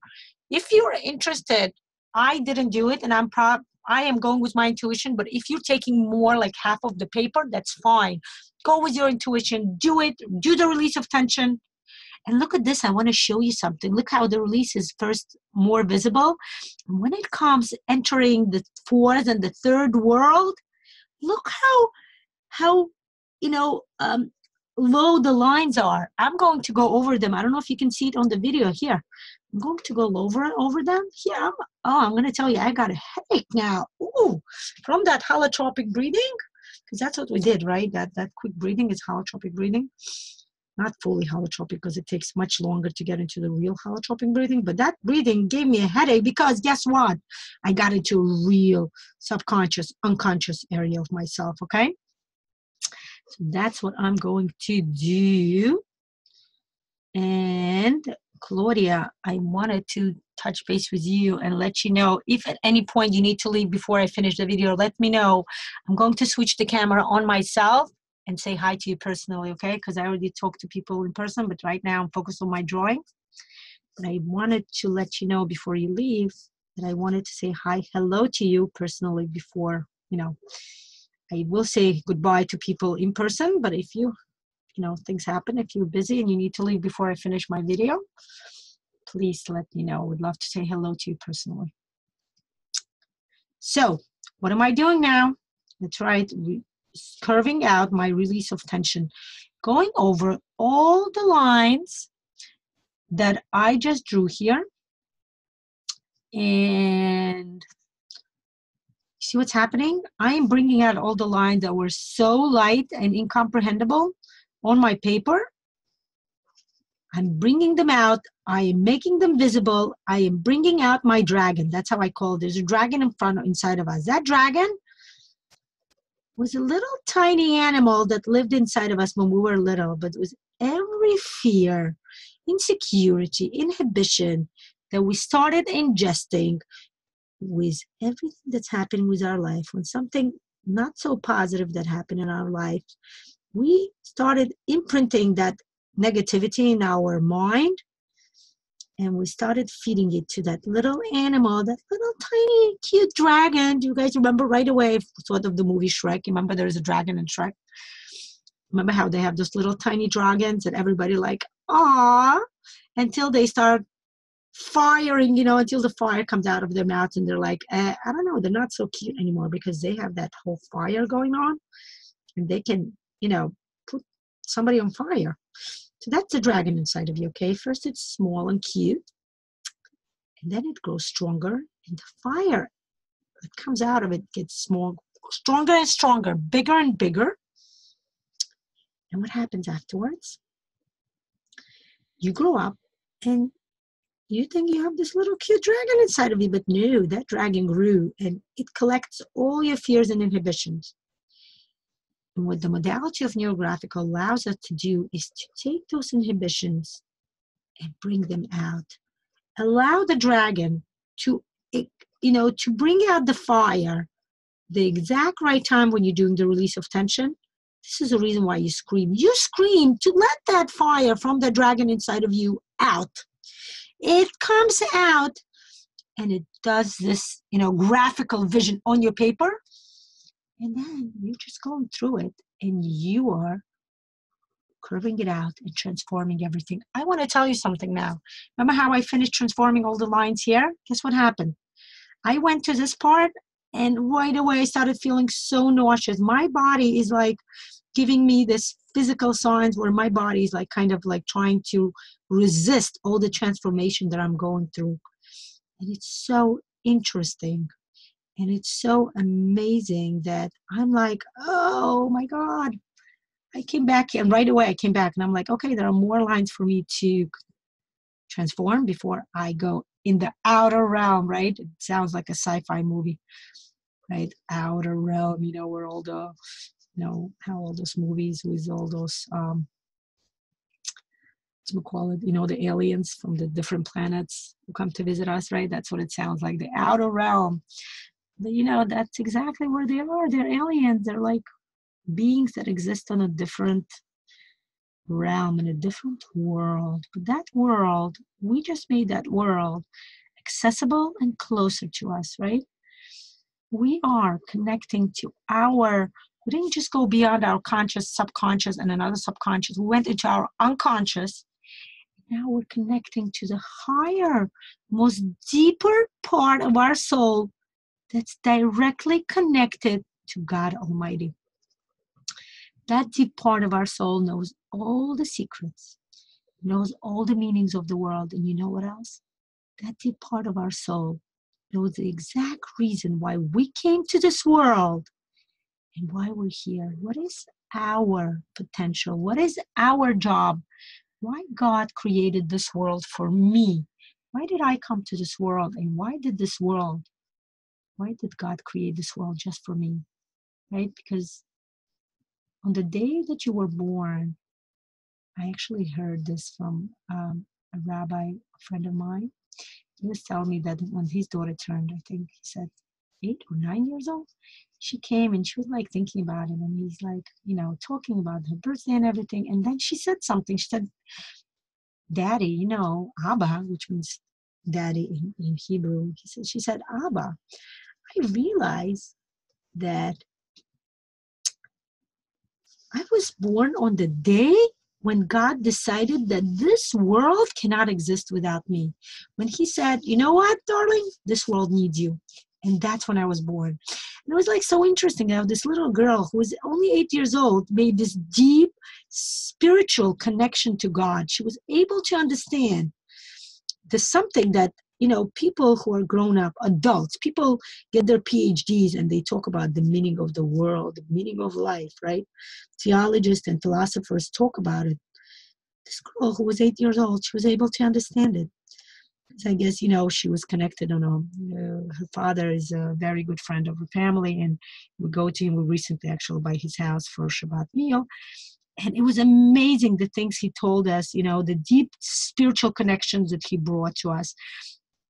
And I totally see how his daughter, who hears this, let's say, every week, like at the Shabbat meal, would hear her father talk about deep spiritual connections and what God is and what the purpose of life is and why are we in this world and how do we connect to God in our everyday, everyday happenings, what we do every day. We get up in the morning, we, get the kids to school or go to work, get ready, get ourselves ready and go to work.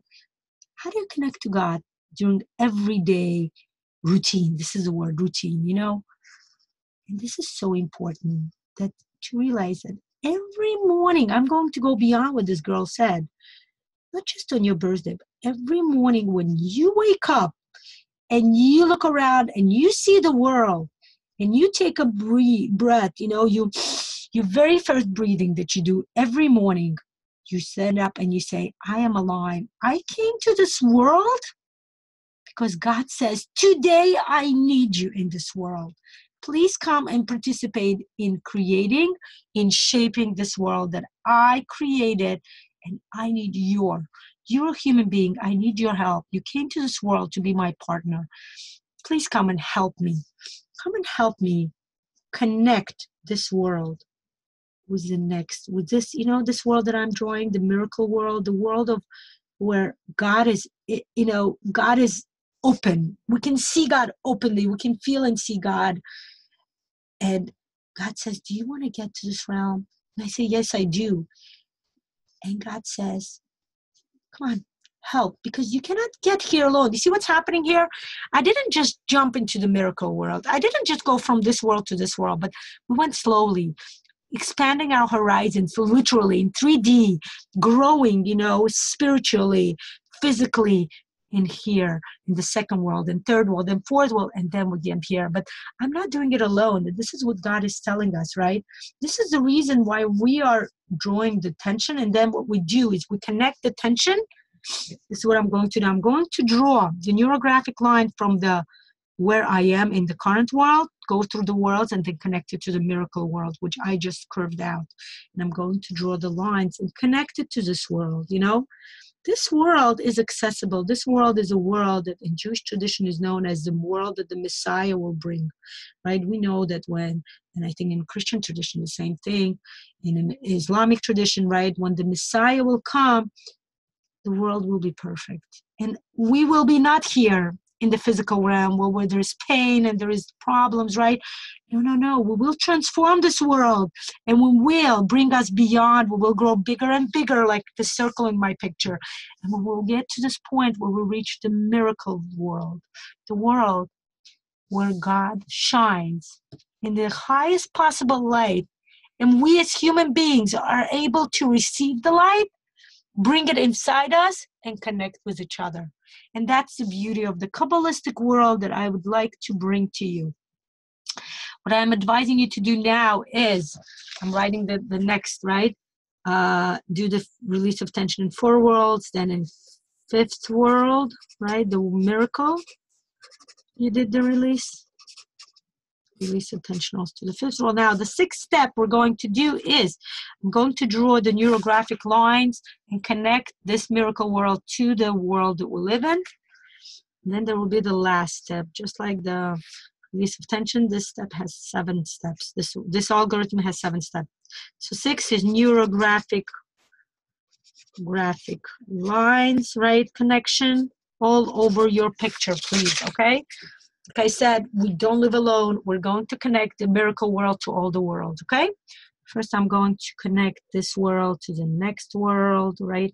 Here, you see, sometimes we miss some curving out. I'm stopping and doing it. Connecting, right?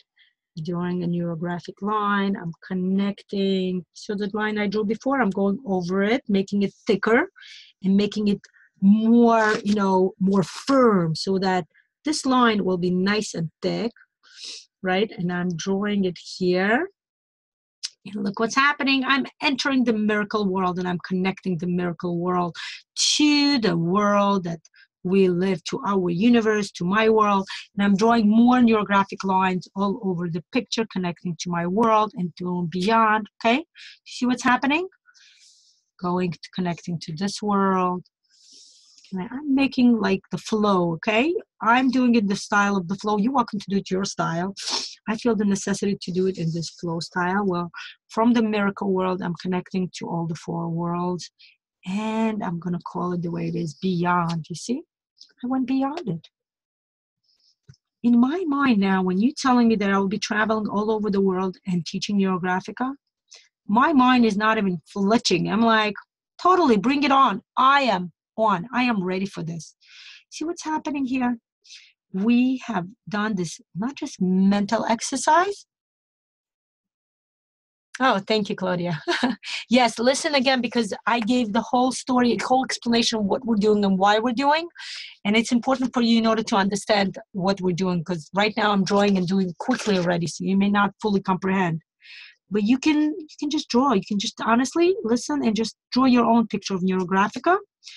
And because we are, all together, our realm, our energetical level is high, and it will open up new horizons for you, even in different algorithm and your own, quest, your own topic.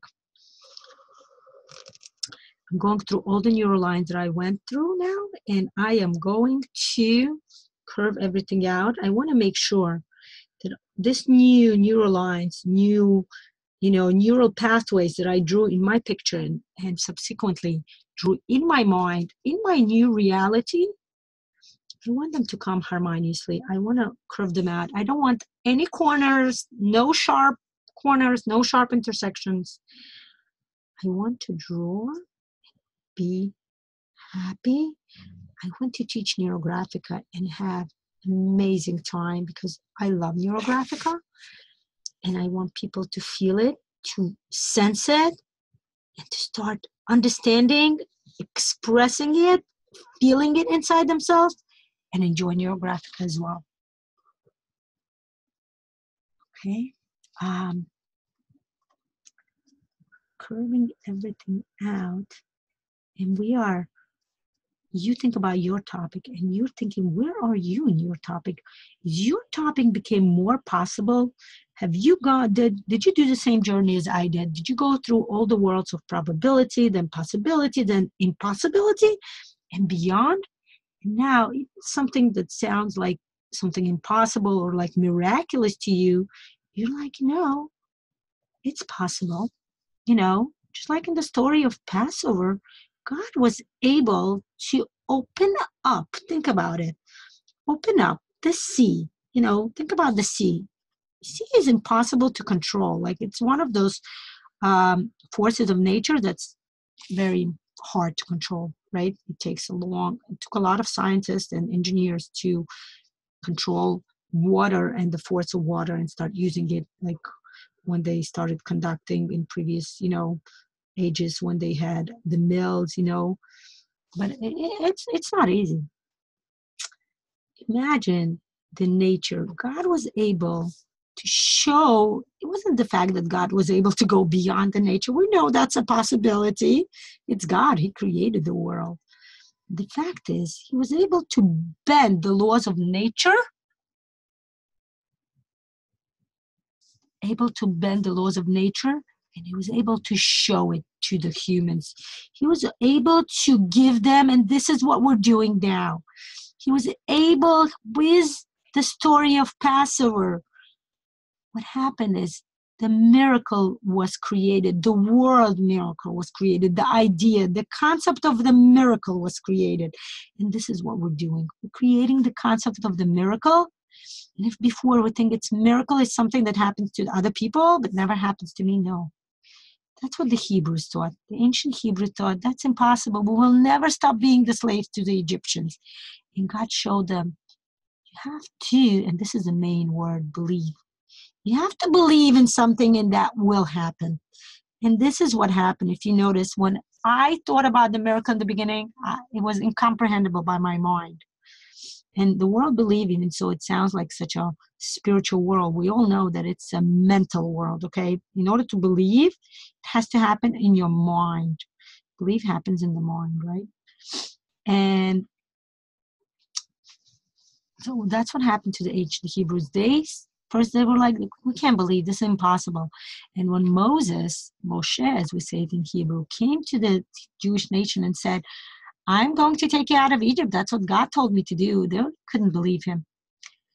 And the 10 plagues, actually, the sages say the 10 plagues were more done for the Hebrews than for the Egyptians. It was to show the Hebrews all the miracles, all the possibilities that God can do for the human being when a human being wants to believe and wants to change the reality, right? Because the reality was they were slaves and they had to change that reality. Same thing now, right? The reality now is I live in New York and, how am I going to travel all over the world? I have a family to take care of, That's not not very possible. But when I went through all of the steps, all that possibility just came into the picture, and I just thought of so many ways that's possible to happen. And this is how we comprehend the story of the miracle. We just created the word miracle and the possibility of miracle in our life, and that's what happened. So I curved everything out, and there's a last step in the algorithm, and I'm thinking whether I should be giving it to you now or after we do the coloring. So I'm going to give it to you now, but I'm giving you at this point the choice of first adding the color and then putting the last step, or putting the last step and then adding the color. I'm personally thinking I'm going to feel like adding it at the end. I have 20 more minutes till the end of my class, so I'm going to add some colors just to give you an idea. The last step I'm going to write to you is we're going to put a spiral. The way we're going to connect, did you see what happened when I did the neurographic line? So what we're going to perfect it. We're going to put a spiral in our picture, neurographic spiral. And neurographic spiral has a deep, energetic, connection, a high energy level that we're going to unopen and connect the energy, the level, the spiritual energy of the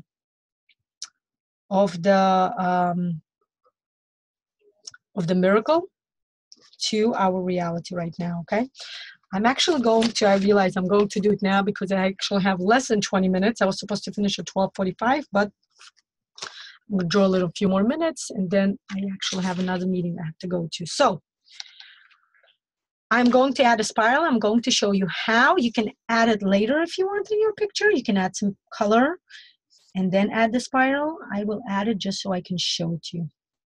So what we're going to do is we're connecting this miracle world to our world here. A few ways to do the spiral. We can go in the clockwise way and go around on each step, right? We're jumping the world, right? We're going to go through this circle, then this circle. You see what's happening?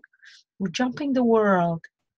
And by bringing it first, we're going to draw a spiral from the miracle world to our realistic world, okay?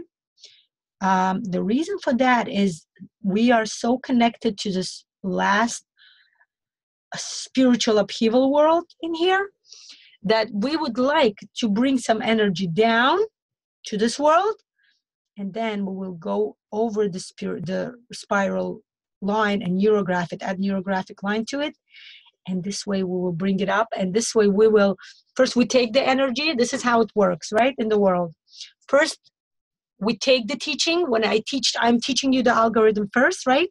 You take this algorithm, you draw, you perfect it for yourself, and then what happens? The student becomes the master. We teach it to somebody else, and that's what we're going to do. First, we're going to take it from this realm, and then we're going to go around and share it with the world, okay? We share our energy with the world. And remember, by sharing the one energy with the world, what happens to your energy? You look with my finger, what happens? First time here, I'm making a small circle, but with time it gets bigger and bigger. We are increasing our own energy. By sharing with people, with the world, we increase our own energy. And that's the secret, right? Remember that movie, The Secret?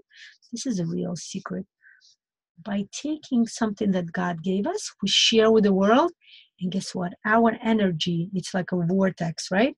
That's exactly the power of the spiral. It's vortex power. Our energy increases, okay? So I am going to go into clockwise. You can also go counterclockwise. So clockwise, you increase your willpower, just for you to understand. And when you go counterclockwise, you increase your concentration. So think about what you need more. Do you need willpower or do you need concentration? Concentration means like how goal-oriented are you? So I'm actually started to think whether I need to increase my willpower or my concentration. I think at this point I'm very concentrated. And maybe I would need to increase my willpower. Yeah. At this point, I perfected my concentration because I put it as a topic. So I'm going to make a spiral.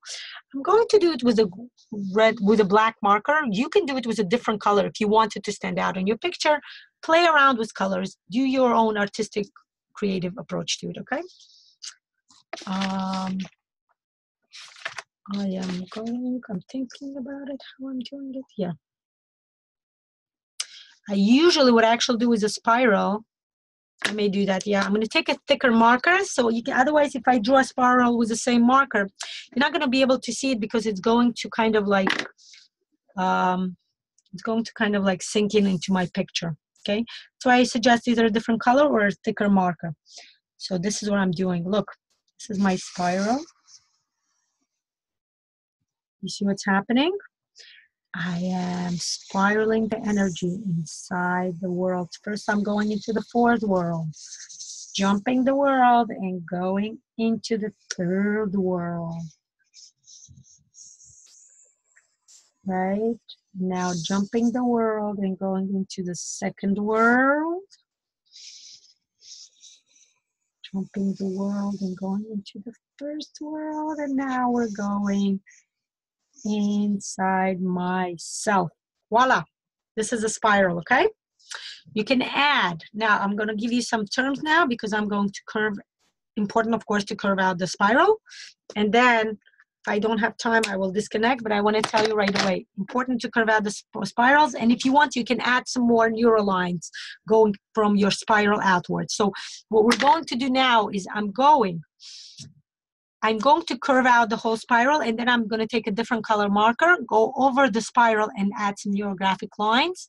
We know that when we add neurographic lines to a figure, it becomes a line, okay? We're going to expand that energy, okay? Right now, the energy is great. We just like funneled in the energy from the universe, from like God Almighty, from the highest possible spiritual realm to ourselves, right?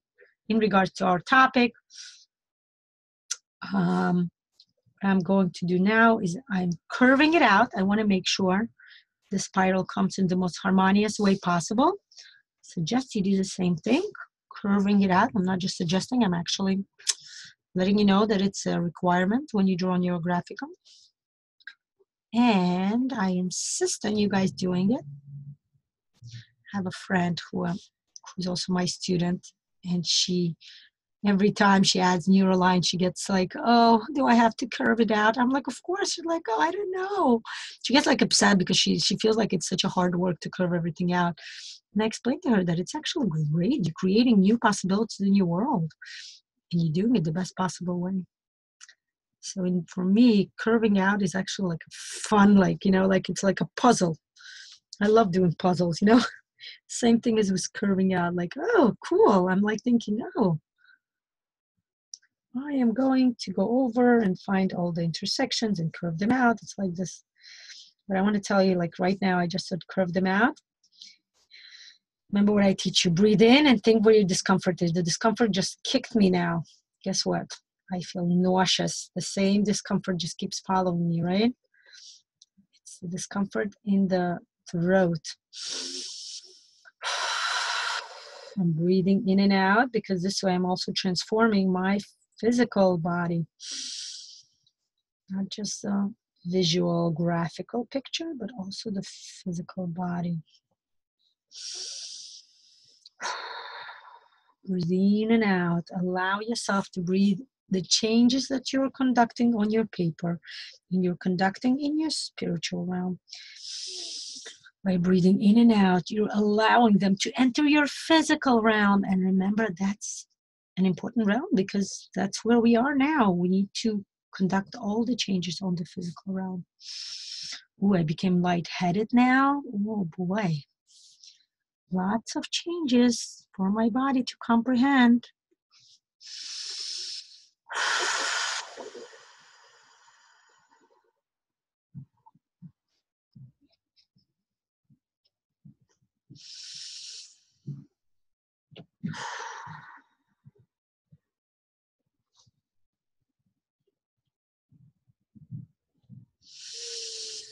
Oh boy, I'm telling you, I became very meditative. I can't even talk much. That's how I get a headache now. You see, the more I curve out, the stronger the feeling gets, and the more I feel the need to breathe. So it can transform fully. Oh boy, I feel discomfort now in my stomach. It just traveled to my stomach. Stayed in my stomach. I got those butterflies fluttering all over my stomach. And imagine they're beautiful butterflies. That's all I'm going to do.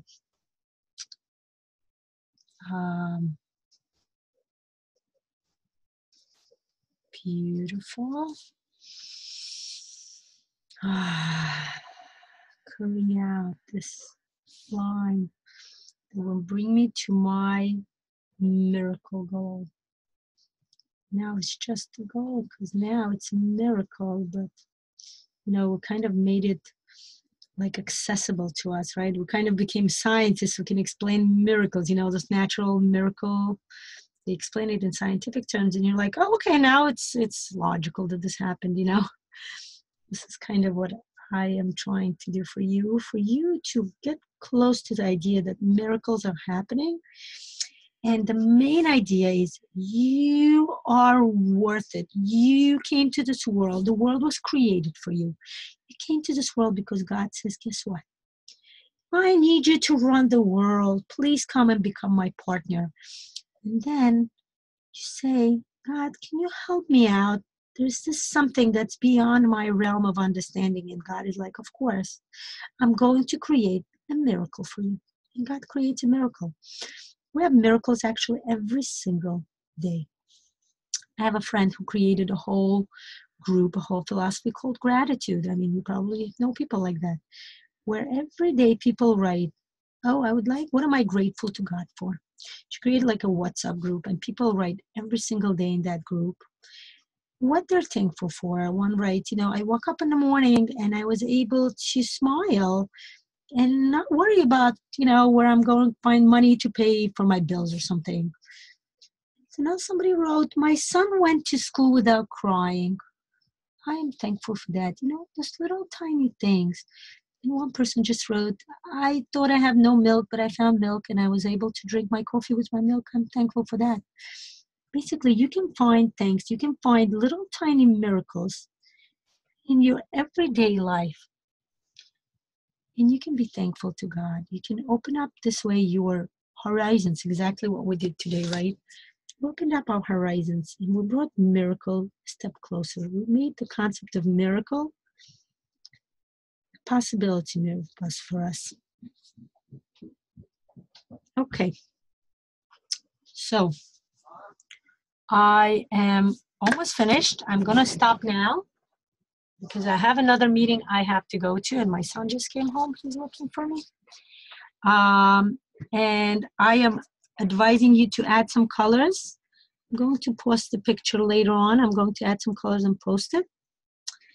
I am very happy to be presenting this video to you on behalf of Neurographica Americas. And what you do next is, I'm going to show you what I'm going to do is take a marker. I'm taking a silver marker, a metallic one. I enjoy doing it. And now I'm adding the neurographic line to my spiral, okay? See what's happening? We're unwinding our energy that we just God gave us. And we're opening us up and sharing it with the world. Exactly what happened. The world was sharing with us and we're sharing with the world. And this is what I am wishing you. I'm wishing you for your energy to expand constantly. For you to have enough energy to go beyond the realm of possibilities. And here, to finish up beyond the paper, okay? And that's my picture.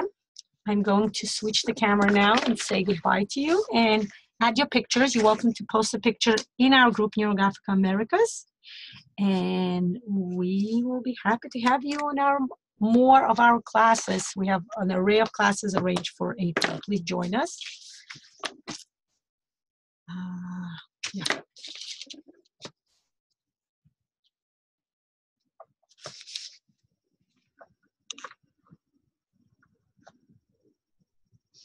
Okay, so I am here.